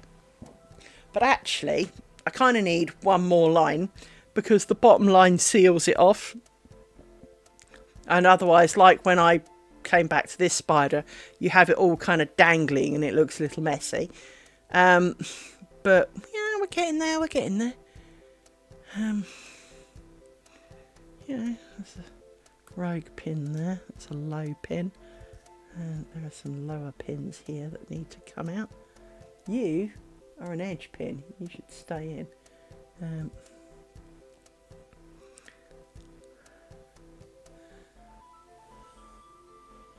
just want to check that that is not an edge pin, which is easier said than done as it's round the corner. No, it's not an edge pin by any stretch of the imagination. It's quite a bit from the edge. That's okay. I've jogged my camera. There we go. My camera has a habit of looking to the right, and even though I put a cable holder in it to try and help it be more central, it's kind of got this fascination of angling to the right. Straight down is there, and then if I let go, it kind of pings back, and it doesn't matter what I do with the cable, it likes to be at an angle, so I have to kind of, which is why it is at a slightly funny angle. And annoyingly, there is no kind of clamp, because it's the actual camera that the base of the camera moves, and it's that moves, not the clamp of where the camera is, if that makes any sense. There's no way to tighten that aspect up, because it's just how the camera moves. Hang on, there's another quick view of my computer desk. There you go. That's going to stay straight for a minute. Right, there you go. It just gets the funny, and then it slips slowly over time into being more annoying. So let's put some of these back in here. In fact, we'll take you off to do that, because that's a thing. So 1, 2, 3. 1, 2, 3, 4, 5, 6. Room for one more. So you go in there too. So you're a bit short. Shut up, dog! I don't need your comments on it, thank you. So we'll straighten you all up and kind of put you on top gently. Hello, Amy. So these are the 3 that join over to over here. So now we do... Oh, I really ought to stop. It's nearly 11 o'clock. And I was going to stop earlier, wasn't I? Is that what you're telling me off for? Is it? Is it? No. Amy's not very good at asking for cuddles. She's too skittish. She's like Blue Smarty ADHD dog. What have you done to your ear? I know your brother's been licking it. What's he been eating that makes your ear like that? But it's very rare that she lies down and actually has a bit of a hug on my lap like she's doing now. So I don't like to turn her away because, well, you know, it's kind of a big deal for her. to be this still and calm, even though she's licking my hand and it's a really annoying thing. You do know there is nothing on my hand, right? It's just a hand. It is. I don't need you hugging it. I don't need you licking my hand. It was clean. Now it's got dog slob on it. Yes. So I'm sure you can hear her licking it. Yeah, the monitor says you can hear it. Amy, stop licking it. Yes, stop licking it. You be a good girl. Yes. She also has a very unique way of asking for kisses. Most dogs just kind of let you kiss them. She asks for them, but she doesn't kind of look expectantly at you or anything. No, no, no, no, no. This beloved little mutt rams her nose in your face. Don't you? She literally nose bonks into your face. And occasionally she opens her mouth just as you're about to do it and tries to eat you as you do it. Don't you? Because you're naughty. Yes, you are. Yes, you are. I'm talking about you. I am. But I love her dearly and her brother. For they are proper brother and sister, and they're not just called brother and sister because they live here. They are actually brother and sister. And they do fight like brother and sister. It's very obvious. No. You and your brother. Yes, you have war wounds to prove it. Yes, you do. Yes, you do. And this little cow limped last week. Do you want more kisses? Did I not? Sorry.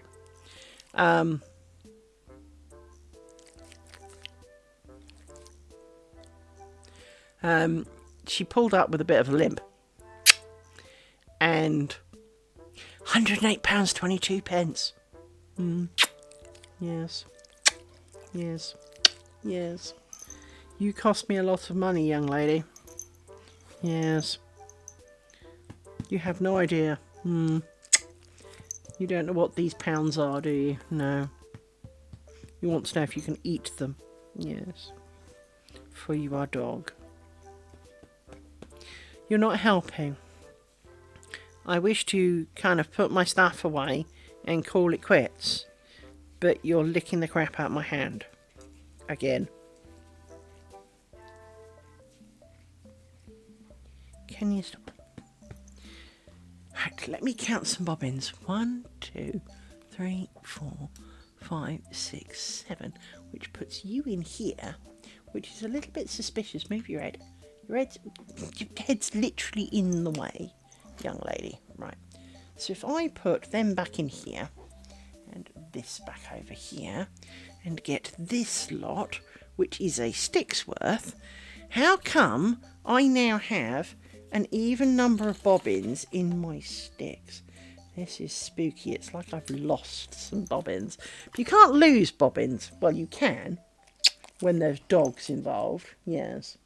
Yes, I know, madam. You have been the cause of much frustration in your times. Yes, you have. Do not argue with me. Do not argue, for you are annoying.